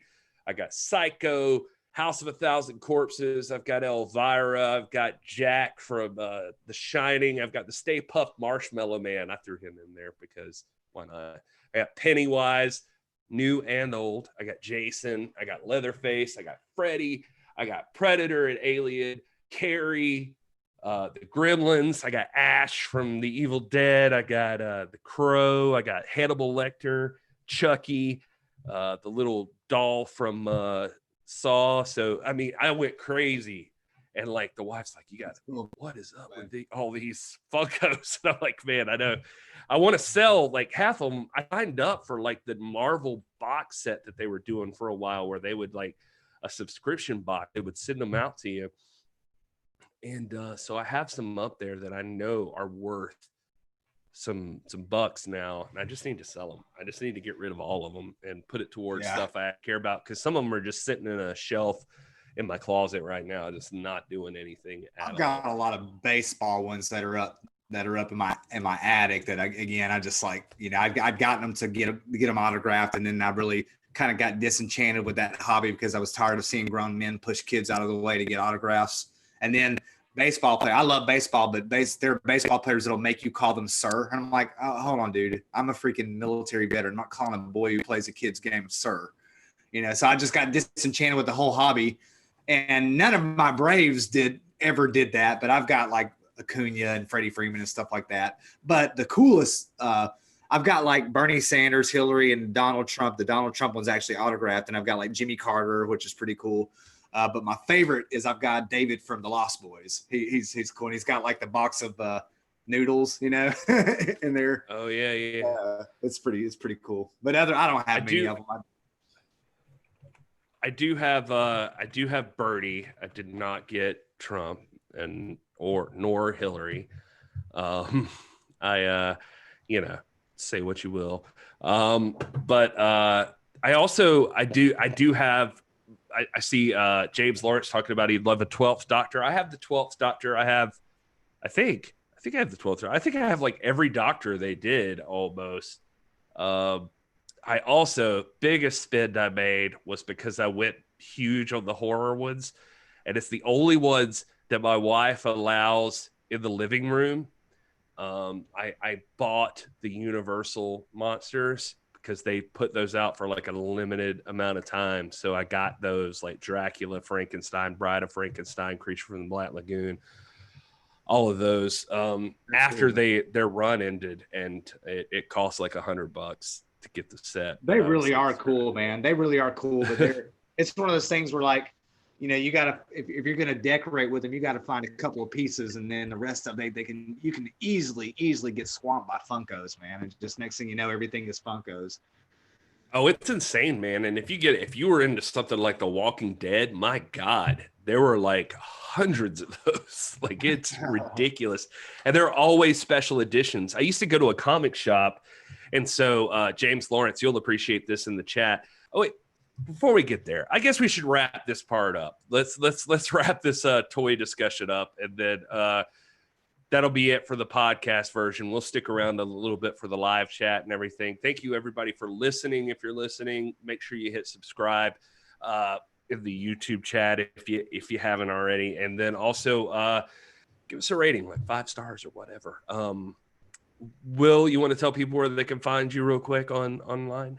Yeah, absolutely. At Hey It's Will with 1 L on Twitter, Instagram, Snapchat, all those places. On TikTok, I am at Real Hey It's Will, trying to get some more wrestling content over on TikTok. So check that out.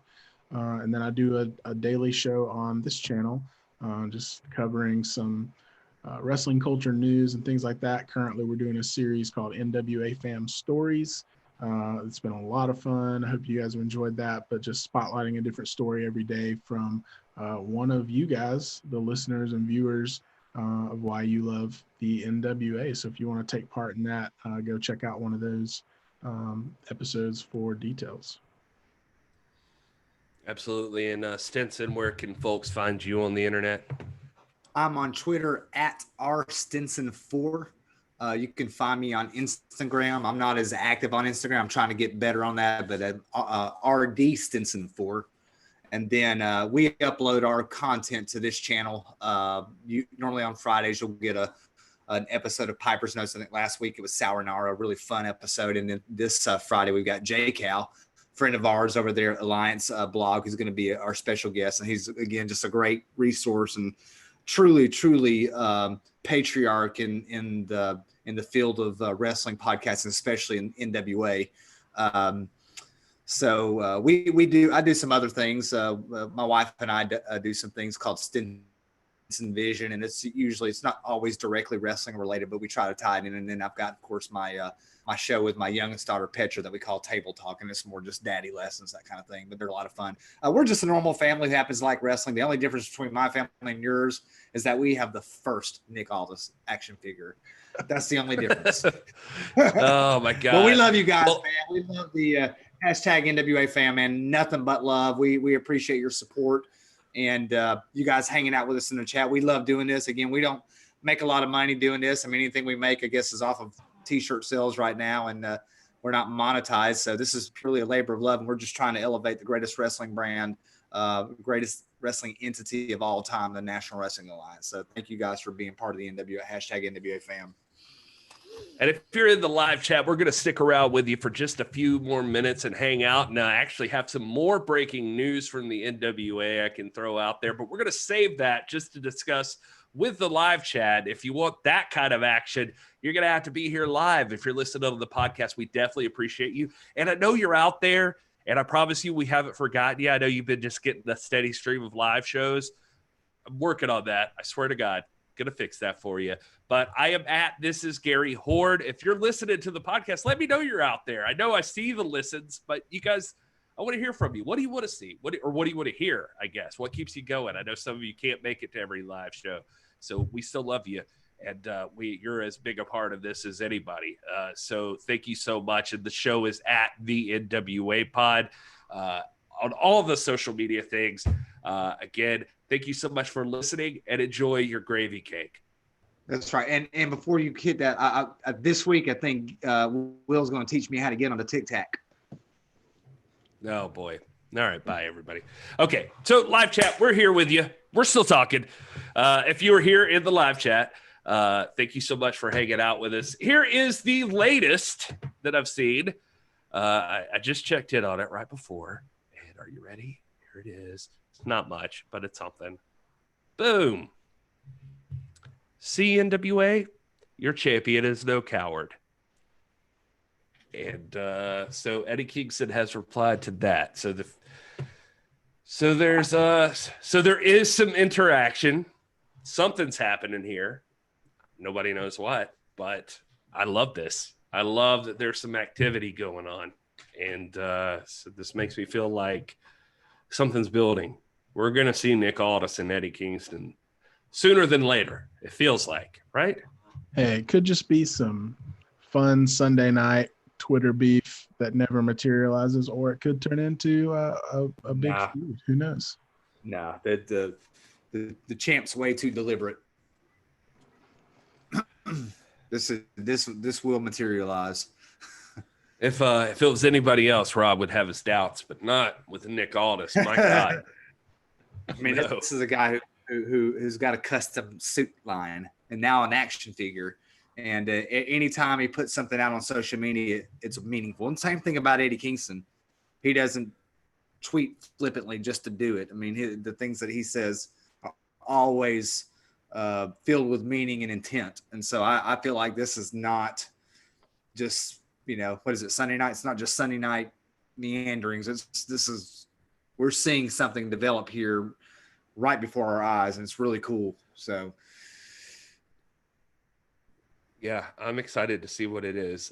James Lawrence, I'm sorry I left you hanging there before. I was just going to tell you, I used to go to the comic book shop all the time, and I would have the guy go to Wizard World and San Diego Comic-Con, and he would get me the Doctor Who Funkos. So if I ever go to sell those, you will be the first person I talk to, because he would get me like the exclusives of the Doctors and stuff from San Diego that were like only on sale there. So I have them on a shelf somewhere, just hiding.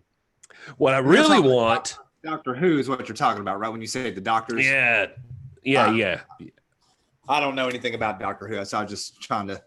You should check out Doctor Who, and if you're not checking out Doctor Who, it's definitely worth it. It's hard to get into right at first because like it feels like a lot. It feels overwhelming. But if you just jump in on like the 9th Doctor, which would be like the first season on, I don't even know if it's still on Netflix. See, when I started watching it was on Netflix. But if you jump in about the 9th Doctor, you get into it within a few episodes and you get kind of hooked. Like it really does well. It's a British show, obviously, but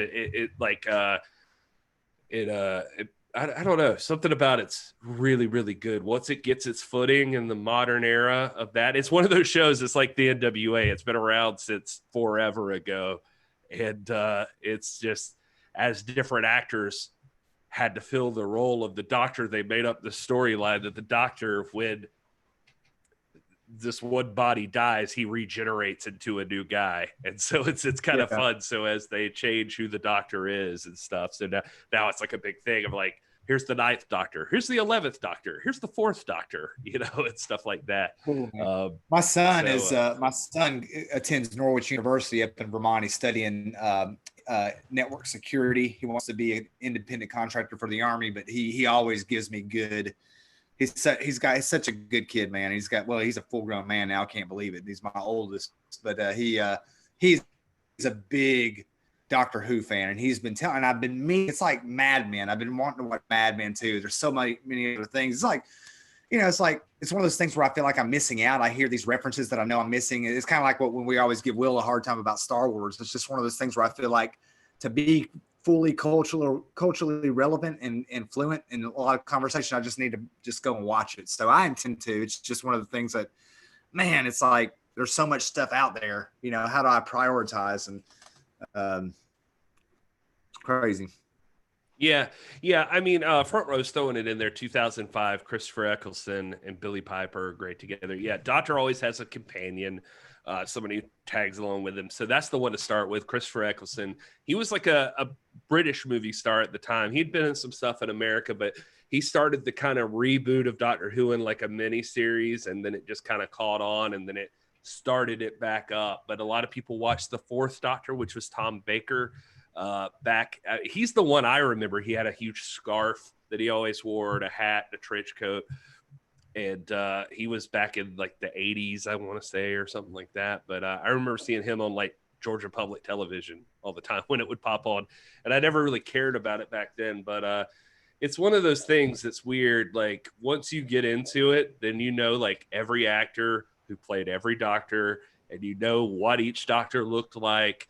And my wife is super into it. And if my wife gets into it, like something like Doctor Who, if my wife gets into it, I know you nerds will get into it. Like it's one of those things. Like my wife even knows like the Doctors and who plays the Doctors and like the looks of the Doctors, and has done cross stitches of the Doctors, and like has T-shirts of the Doctors and stuff like that. And so my wife's not like.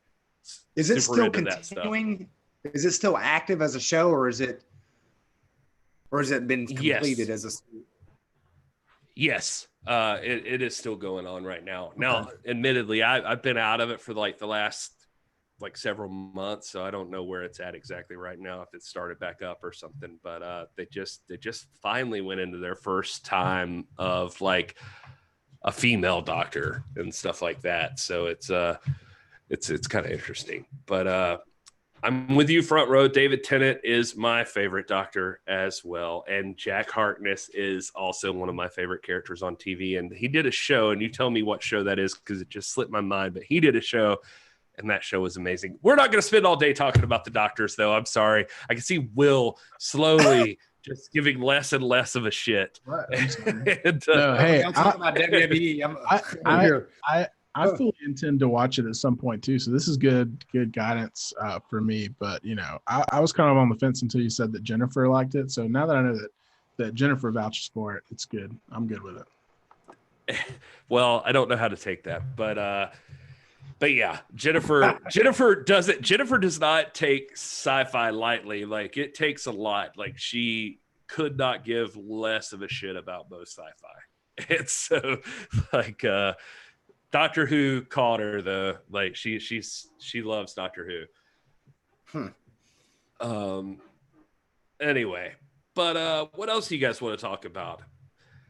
Anybody else chime in on Twitter, or like I wanted to give the live chat some time. Yeah, front row, John Barrowman. John Barrowman's a badass. He's an American guy, and he is on Doctor Who, and he plays a character called Captain Jack Harkness, and it's before Captain Jack Sparrow, or maybe around the same time. But he's awesome. He's on the show Arrow now, but he's a I don't know how else to put this, so forgive me if this is non-PC, so I'm just going to say it this way. He's a very masculine-seeming, studly gay man. And he is maybe this, I hope that doesn't seem offensive to anyone. He's just not like, that is like... It was one of the first people that I've seen their sexuality be completely secondary to anything. Like, when they're being a character on screen, like, it was not a thing that he happens to be a gay guy, but it was like, he just is like the stand-up stud action star, just has the chiseled chin and like just a badass. And but yeah, that's Captain Jack, and he's awesome. I love that guy. Anyway, so enough about Doctor Who. Nobody else. Front row, we can't talk about Doctor Who anymore because these guys haven't seen Doctor Who. So let's talk about something else. Well, I was just going to drinking. I was just going to say, if you guys haven't seen, I had some really great NWA fam stories this week from guys like Jared Fritz was a great one. And Tim Wood from NWA Gold. I was going to say, go make sure you're following that NWA Gold Facebook page, or I think he's NWA Championships on Instagram. Great source of content, but he just had a really great story. And if you're still, I don't know how many people are still in the chat, but if you guys want to send me a video, just a brief telling of why you love the NWA. We're just trying to keep, during this kind of hiatus of NWA content, we want to keep at the forefront of everybody's mind the fact that the NWA fam is still strong. We're still here hanging out and talking every Sunday and Tuesday. But it's not about the three of us. It's about all you guys. And it's been just really cool to see those stories. So email those to me, heyitswill@gmail.com. And I've got a few more to put out this week, but would love and welcome any more submissions for that, because it's been awesome for me just to get those and watch them and see them and put them together. And I think it's been a unique experience to kind of give everybody who wants a platform to share why they love the NWA a platform for that. So it's been great. Yeah, let the record show that I've been corrected by James Lawrence that Captain Jack was pansexual. He will bang anyone. So, let's or anything, he says. So let's throw that in there. Jared, front row says Jared is the best human, and he owes you a video soon. He promises. I owe you a video soon. I promise. Also, I wasn't gonna say anything, but and but you've got big shoes to fill because Rob's video made us all cry. You did all I know, like it was one of those things where like I was like getting ready to do it, then I saw Rob's video and I'm like, I gotta rethink everything. Like what am I even doing here? How do I top like that cinematic masterpiece that is Rob Stinson's? It was great because like I'll get the videos and I will edit them in and put some background music in there and stuff like that. Well, I'll get Rob's video. It already has like this orchestral like film score, and he's got all the like title tags and stuff put in there. And I was just like, oh, okay. I'll just like put it in there and I was done with it. So there it is. You guys don't have to do that. I'll put the background music and stuff in. Rob just always goes above and beyond. So do you love that we've gotten some variety now too? Like just with Jared for one being a guy that's actually in the NWA, but also then with Dr. Red, Tyler. Yeah, Tyler. Yeah, God, I don't know. I couldn't remember his last name. Dr. Red Tyler. That is the whiskey. He man cuts a promo, like just an awesome, like just fun promo from Dr. Red Tyler. He shows off there, so that's a little change of pace from like something like Rob's, or just like people telling their own individual NWA stories. So I just love what you're doing. Will, you're killing it there. And if I could throw some credit out, Will has been like the best decision this podcast has ever made since I think Rob's walked away. We'll say that. You could say it. Will's been the because he's been helping out so much with doing so much stuff and like picking up the slack, and so we are grateful for what Will Martin is doing, because especially in times like where my work gets crazy and stuff, and I can't think of every type of content I want. Will is throwing it down, and Rob's been steady with like his content. Now that he's back, I'll give him some credit. But anyway, I was going to close this thing out, but Roscoe's here now. Roscoe's in the chat. I mean, you can't close up now, and Australia's on board, so it feels like you got to talk about something. Roscoe, I'm going to throw this to you in the live chat. Did you see what's been going on Twitter? Just check out Eddie Kingston and Nick Aldis. That's all I'm saying. I'd love to hear your thoughts on that, because there's been some interesting stuff going on between those two tonight. But yeah, front row says Will is a content machine. Exactly. And an actual decent human being.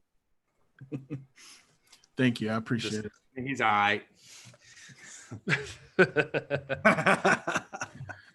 Oh man. I am the what did we say the other night? I am the Sting to Rob's Ric Flair. And what did we say? We said that Gary was Elegante. No, he was Dutch Mantel. Dirty Dutch Mantel. No, I'm not going to be Dirty Dutch, because we've already decided also that that's another name for Rob's wiener. So that's not. I'll take Z-Man. I'll be Z-Man. Okay, you can be Z-Man. And I'll be Z-Man amongst Sting and Ric Flair.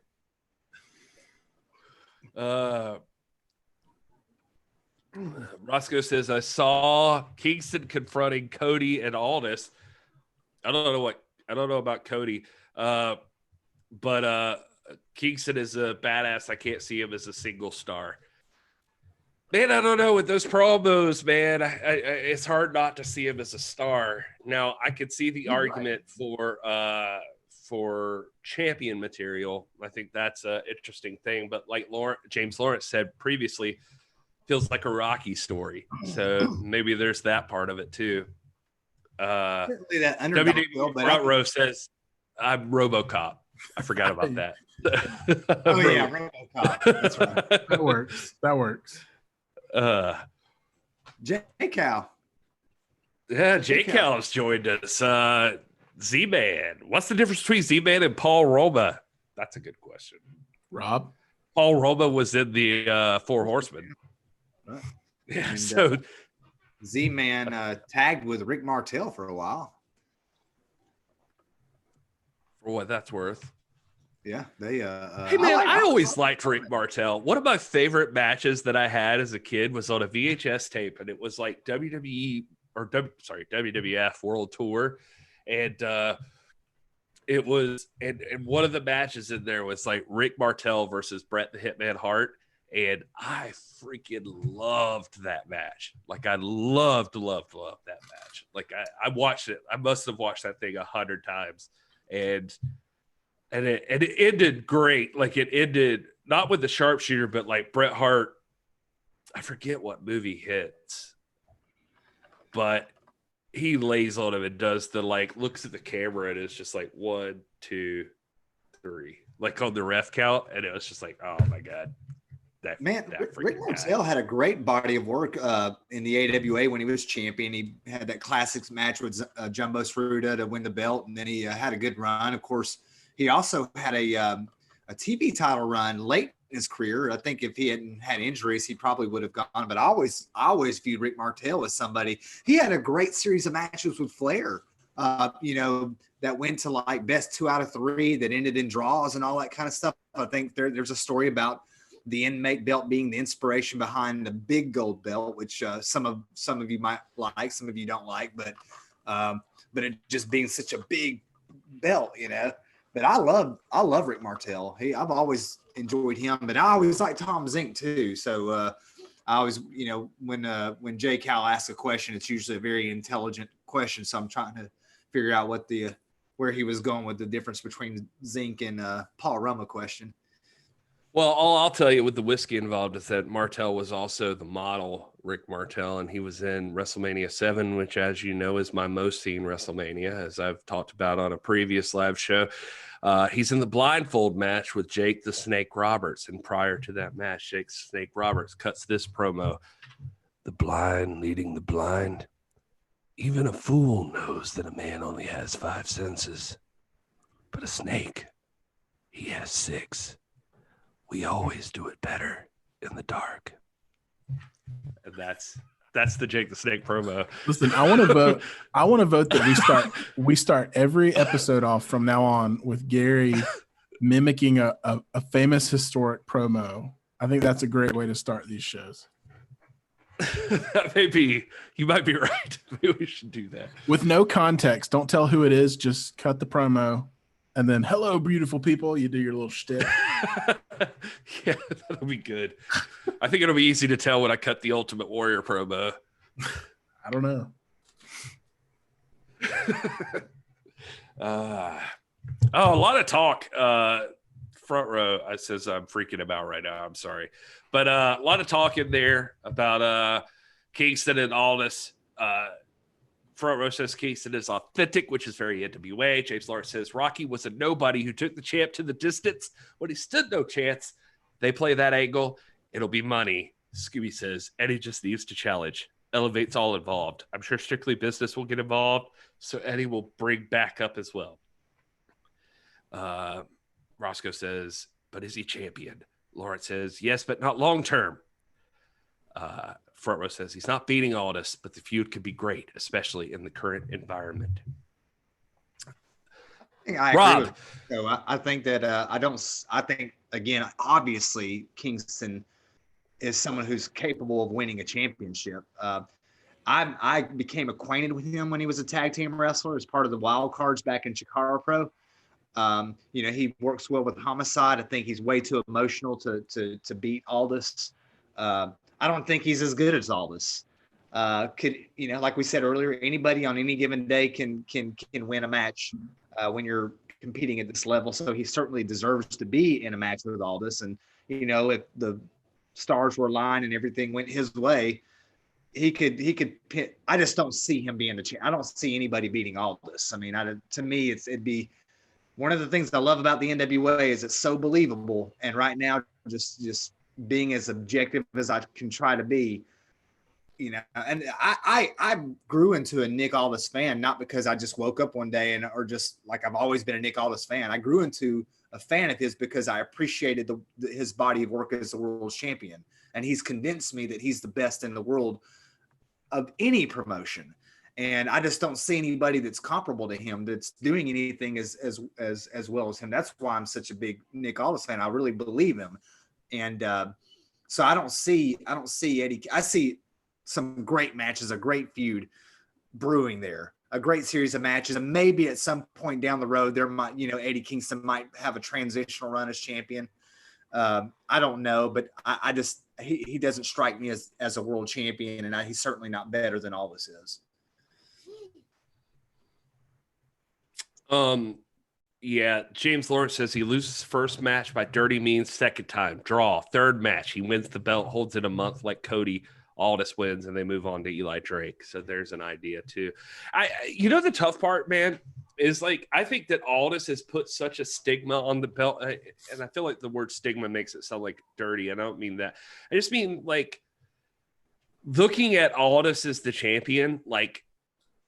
It's the first time in my life I've seen a champion start to carry that belt that you start to really buy.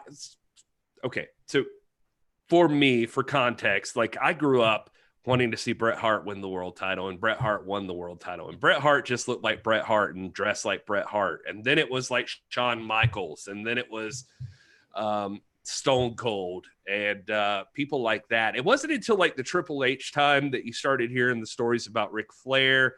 And like I got, you know, when I was growing up, I mean, obviously like Hogan was around. Hogan never dressed nice. Hogan never did anything. Hogan always wore spandex. Even if he wore a tie, he was wearing like tight pants. I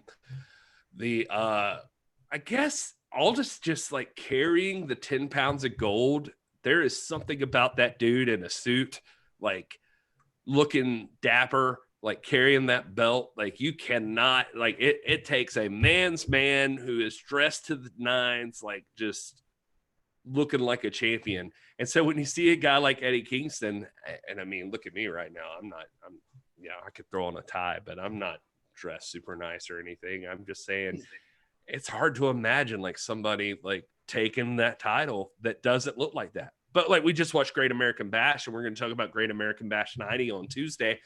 But Sting beat Ric Flair. Sting wasn't some suited up dude. Like Sting was Sting. So I don't know. It's just weird. It's hard to picture like who's the next NWA champion. Because I mean, the time we've seen it so far, even in the modern era, has been Cody Rhodes, who also like would go out in public dressed to the nines, suit, like looking good with the 10 pounds of gold. It's just so weird to think about it being Eddie Kingston, you know, like I hate that. That sounds weird. Like Flair and Aldis and a Buddy Rogers and a Gorgeous George, they establish paradigms and models or templates that become a good look. Obviously, it doesn't have to be that way because you have very credible world champions out there like a Chris Jericho or something who command respect, but they don't have that. They don't fit that mold.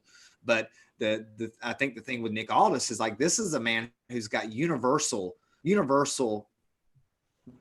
recognition and accord as a champion for what he's done for the NWA. And it's respect from guys like Dave LaGreca, from Brian Solomon and PWI. You know, I mean, these are guys who are not under any obligation to toot the horn of the NWA. The Wells Comic-Con, you know, where the podcast panel host was like, look, I feel like when you talk, it's important. Everything you do is the most important thing in the world. He said that. And DDP and Eric Bischoff are sitting there like nodding in agreement. Yes, they're exactly right what you said. You know, I mean, he has established that gravitas and that weight and authority. And there's nobody in the world that does that like Nick Aldis does. He is the best in it. And again, that's not because I'm a fan. I'm a fan because of that. You see what I'm saying? I'm not saying that because I'm a fan. I became a fan because of that. That's what brought me in. So I'm a believer. Well, I feel like it's important also that Aldis is established as a champion right now. Like, I feel like that's a super big deal that he carries that belt proudly and for a long time, because he, I don't know. I just feel like that's part of establishing the modern era of the NWA. Like, the same reason I would say for like AEW, if you guys want to talk about AEW, I mean, I'm thinking like, I don't want to see John Moxley drop the title to Brian Cage coming up. Like, I don't have any desire to see that. Like, it makes it seem a little worthless if you're already having 3 champions right now. Like, Yeah. I thought it was too early for Jericho to drop it. Like, I thought 100% Jericho should have held it for longer. I think that helps establish the championship. And like, Jericho's a perfectly good champion. Like, he's a guy, he's been there, he's done that, he's seen it all, he's done it all. Like, he's an established wrestler. I feel like that guy should still be champion right now, personally. But if you're going to put it on Moxley, it makes sense. Like, Moxley's also good, but don't be taking it off Moxley for a little while. Like, so anyway, not to drive it all into AEW discussion, but I'm just saying, like, with Aldis, I look at it that same way. When Aldis drops that belt, it better be because you feel really good that the guy taking it is the next big thing. Like, it's going to like blow up social media and every news site. It's going to be the story of like the decade if and when Nick drops the belt. But to your point earlier about Sting, you know, when Sting not having that look and not meeting that template model, remember Sting won that belt. We don't really associate Sting as being a great, long-lasting NWA champion. Flair would get the belt back January. That was only his 7th championship. The next decade is still going to be dominated by Flair. So it's not like Flair stepped aside and gave way or yielded to Sting. Sting, of course, I think he's more synonymous with the WCW. No doubt the body of work that Sting put out is great, but I don't look at Sting as like a great world champion like Flair, you know. And at some point, someone is going to come along. At some day, the streak is going to end. It's going to have to, because there's always going to be somebody out there on that will do that. And I think it's going to be farther down the road. I just don't see anybody in the world right now that can beat Aldis, that can legitimately carry the company like he does. There's just that person doesn't exist. We've got great talent. Again, shoot, nobody cuts a promo like Eddie Kingston. He's a great worker in the ring. He's hard. He's emotional, but I don't see him, you know, carrying the company. I don't see Aldis or James Storm or certainly not Marty Scurll or anybody like that, you know? And so it's just, I think we probably land in the same area that, like, it just needs to matter.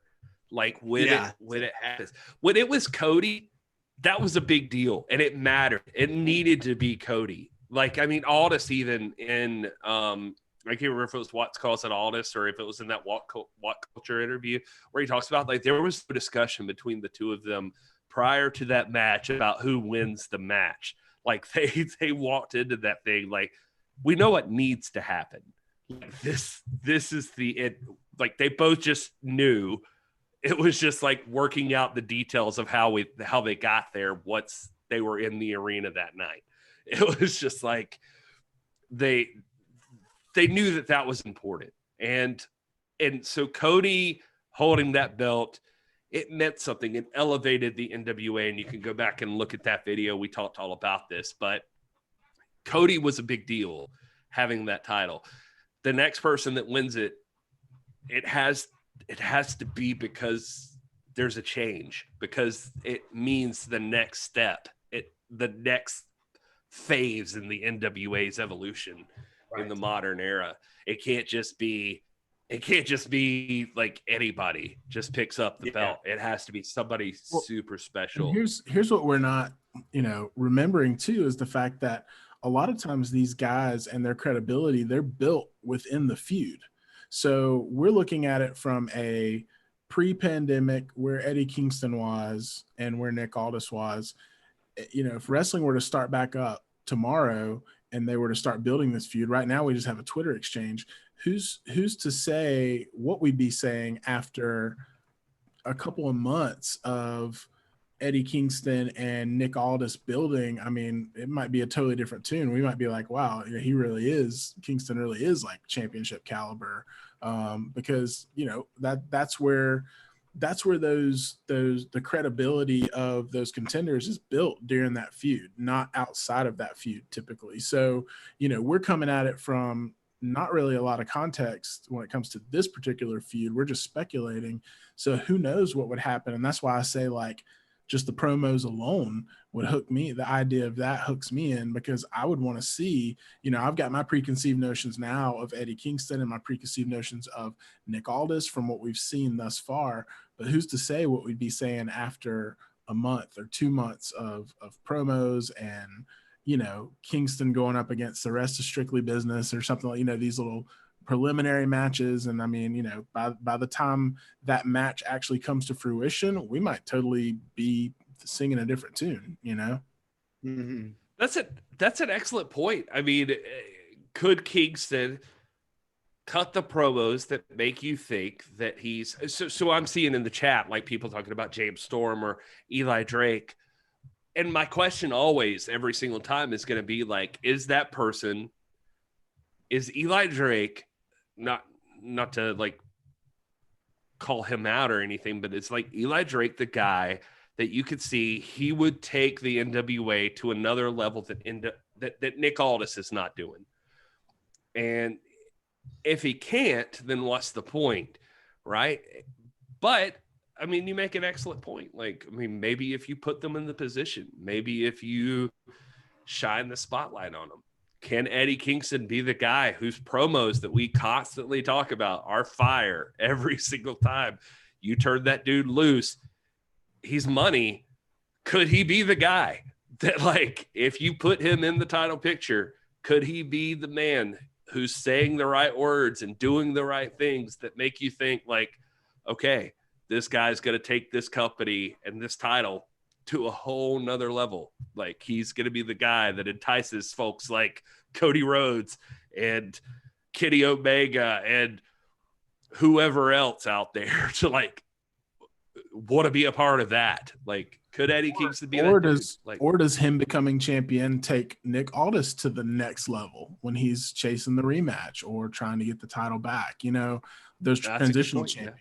Yeah. So, I mean, a guy like Eddie Kingston, I could see being an incredible transitional champion. And like, you know, the fantasy booking that happened in the chat a moment ago, you know, having a series of matches, I wouldn't say a fluke win. I don't really like fluke wins. I like clean victories, but have him, you know, come out on top. And then we have this resurgence of Nick Aldis, who, you know, takes on a whole new level of, you know, Nick Aldis-ness, and just as trying to regain the title.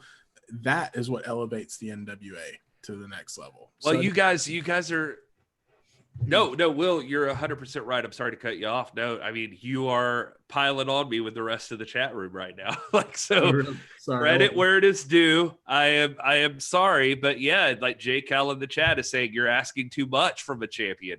You don't need him to take them to the next level. You need it to just continue to grow the brand. James Lawrence is like, it's not supposed to carry the company. It furthers the story. An interim champion run just puts a great story together, and Aldis starts a third run with the title, proving his true dominance. And so, yeah, I apologize. I guess I hadn't considered that part of it. Although I will say I'm with Front Row that the thought of Aldis losing the title in an empty arena makes me sad. It 100% shouldn't happen in an empty arena. I think we can all agree on that. That should never happen. Yeah, but I'm with you guys. You guys are all. I mean, you're right. Maybe there is something to, like, just elevating Nick Aldis. That's the important part to look for.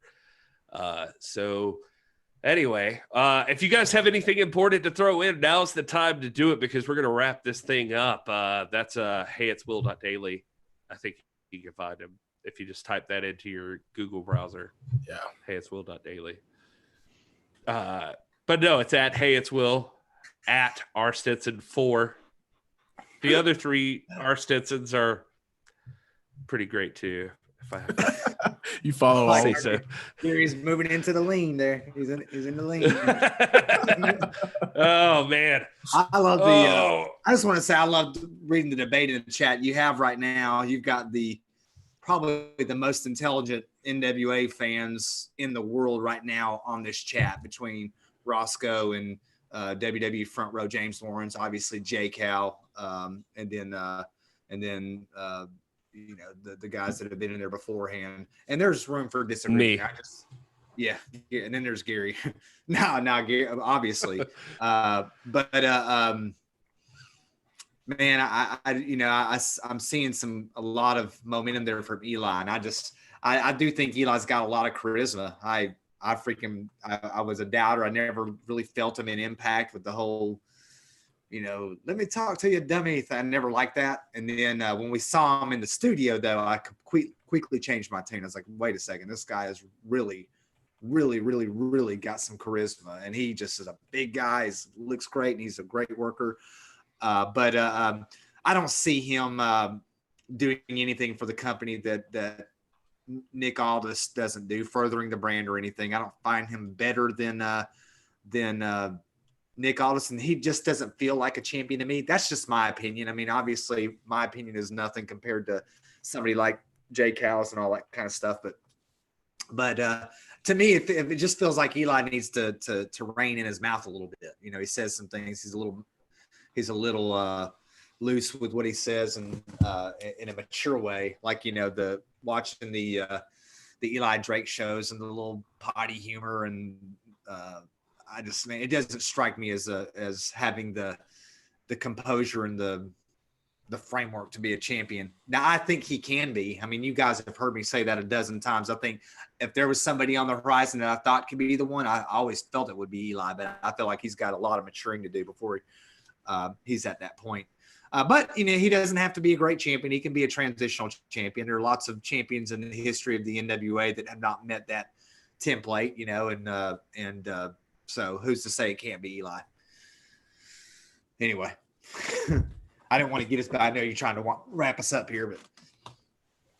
That's all right. I'm just worried about old baby Will over there. He's got work tomorrow. So. Oh man, it's tough. Yeah. See, Roscoe, then we can't leave this question. Who's the baby face to challenge then? And Roscoe, if we get Rob talking about baby faces and heels, we'll be here till 3 a.m. So. Oh, that's true. Roscoe, you got to stay tuned. We'll bring that question up. Head on we over got to to wrap up for. I do have an opinion on that, though, Roscoe. Just so you know, we're not leaving you hanging. I've got a position on that I think you might not agree with it, but I think you'll find it to be informed, hopefully.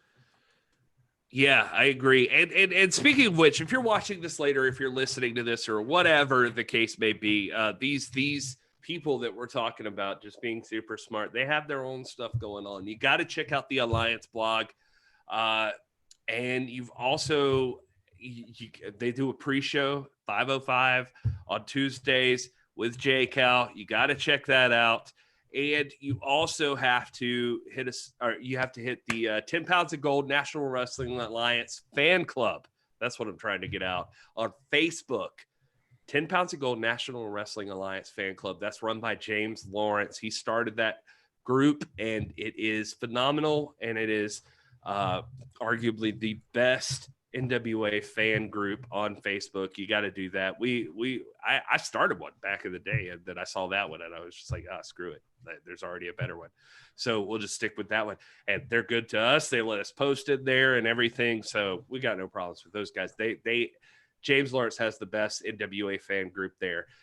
Rivaled only by the one that calls themselves the official National Wrestling Alliance fan group. So you guys have to check those out. And we love you guys. Thank you so much for hanging out with us in the chat. We're going to wrap this thing up, and we'll see you next time. Make sure Alliance Blog, 10 Pounds of Gold National Wrestling Alliance fan group, Rob Stinson, Will Martin, Gary Horde, and at the NWA Pod, wherever you watch podcasts. Until the next time, enjoy your gravy cake. And then don't forget the Nation Show, guys. Don't forget the Nation Show. Oh, my God. Also, yeah, sorry. I'm front row. I'm so sorry. They got Dave LaGreca this Saturday, who is awesome. We should all go there this Saturday if you're free and go hang out and chat with Dave LaGreca, because that dude's a good dude. And front row is the best dude. Enjoy your gravy.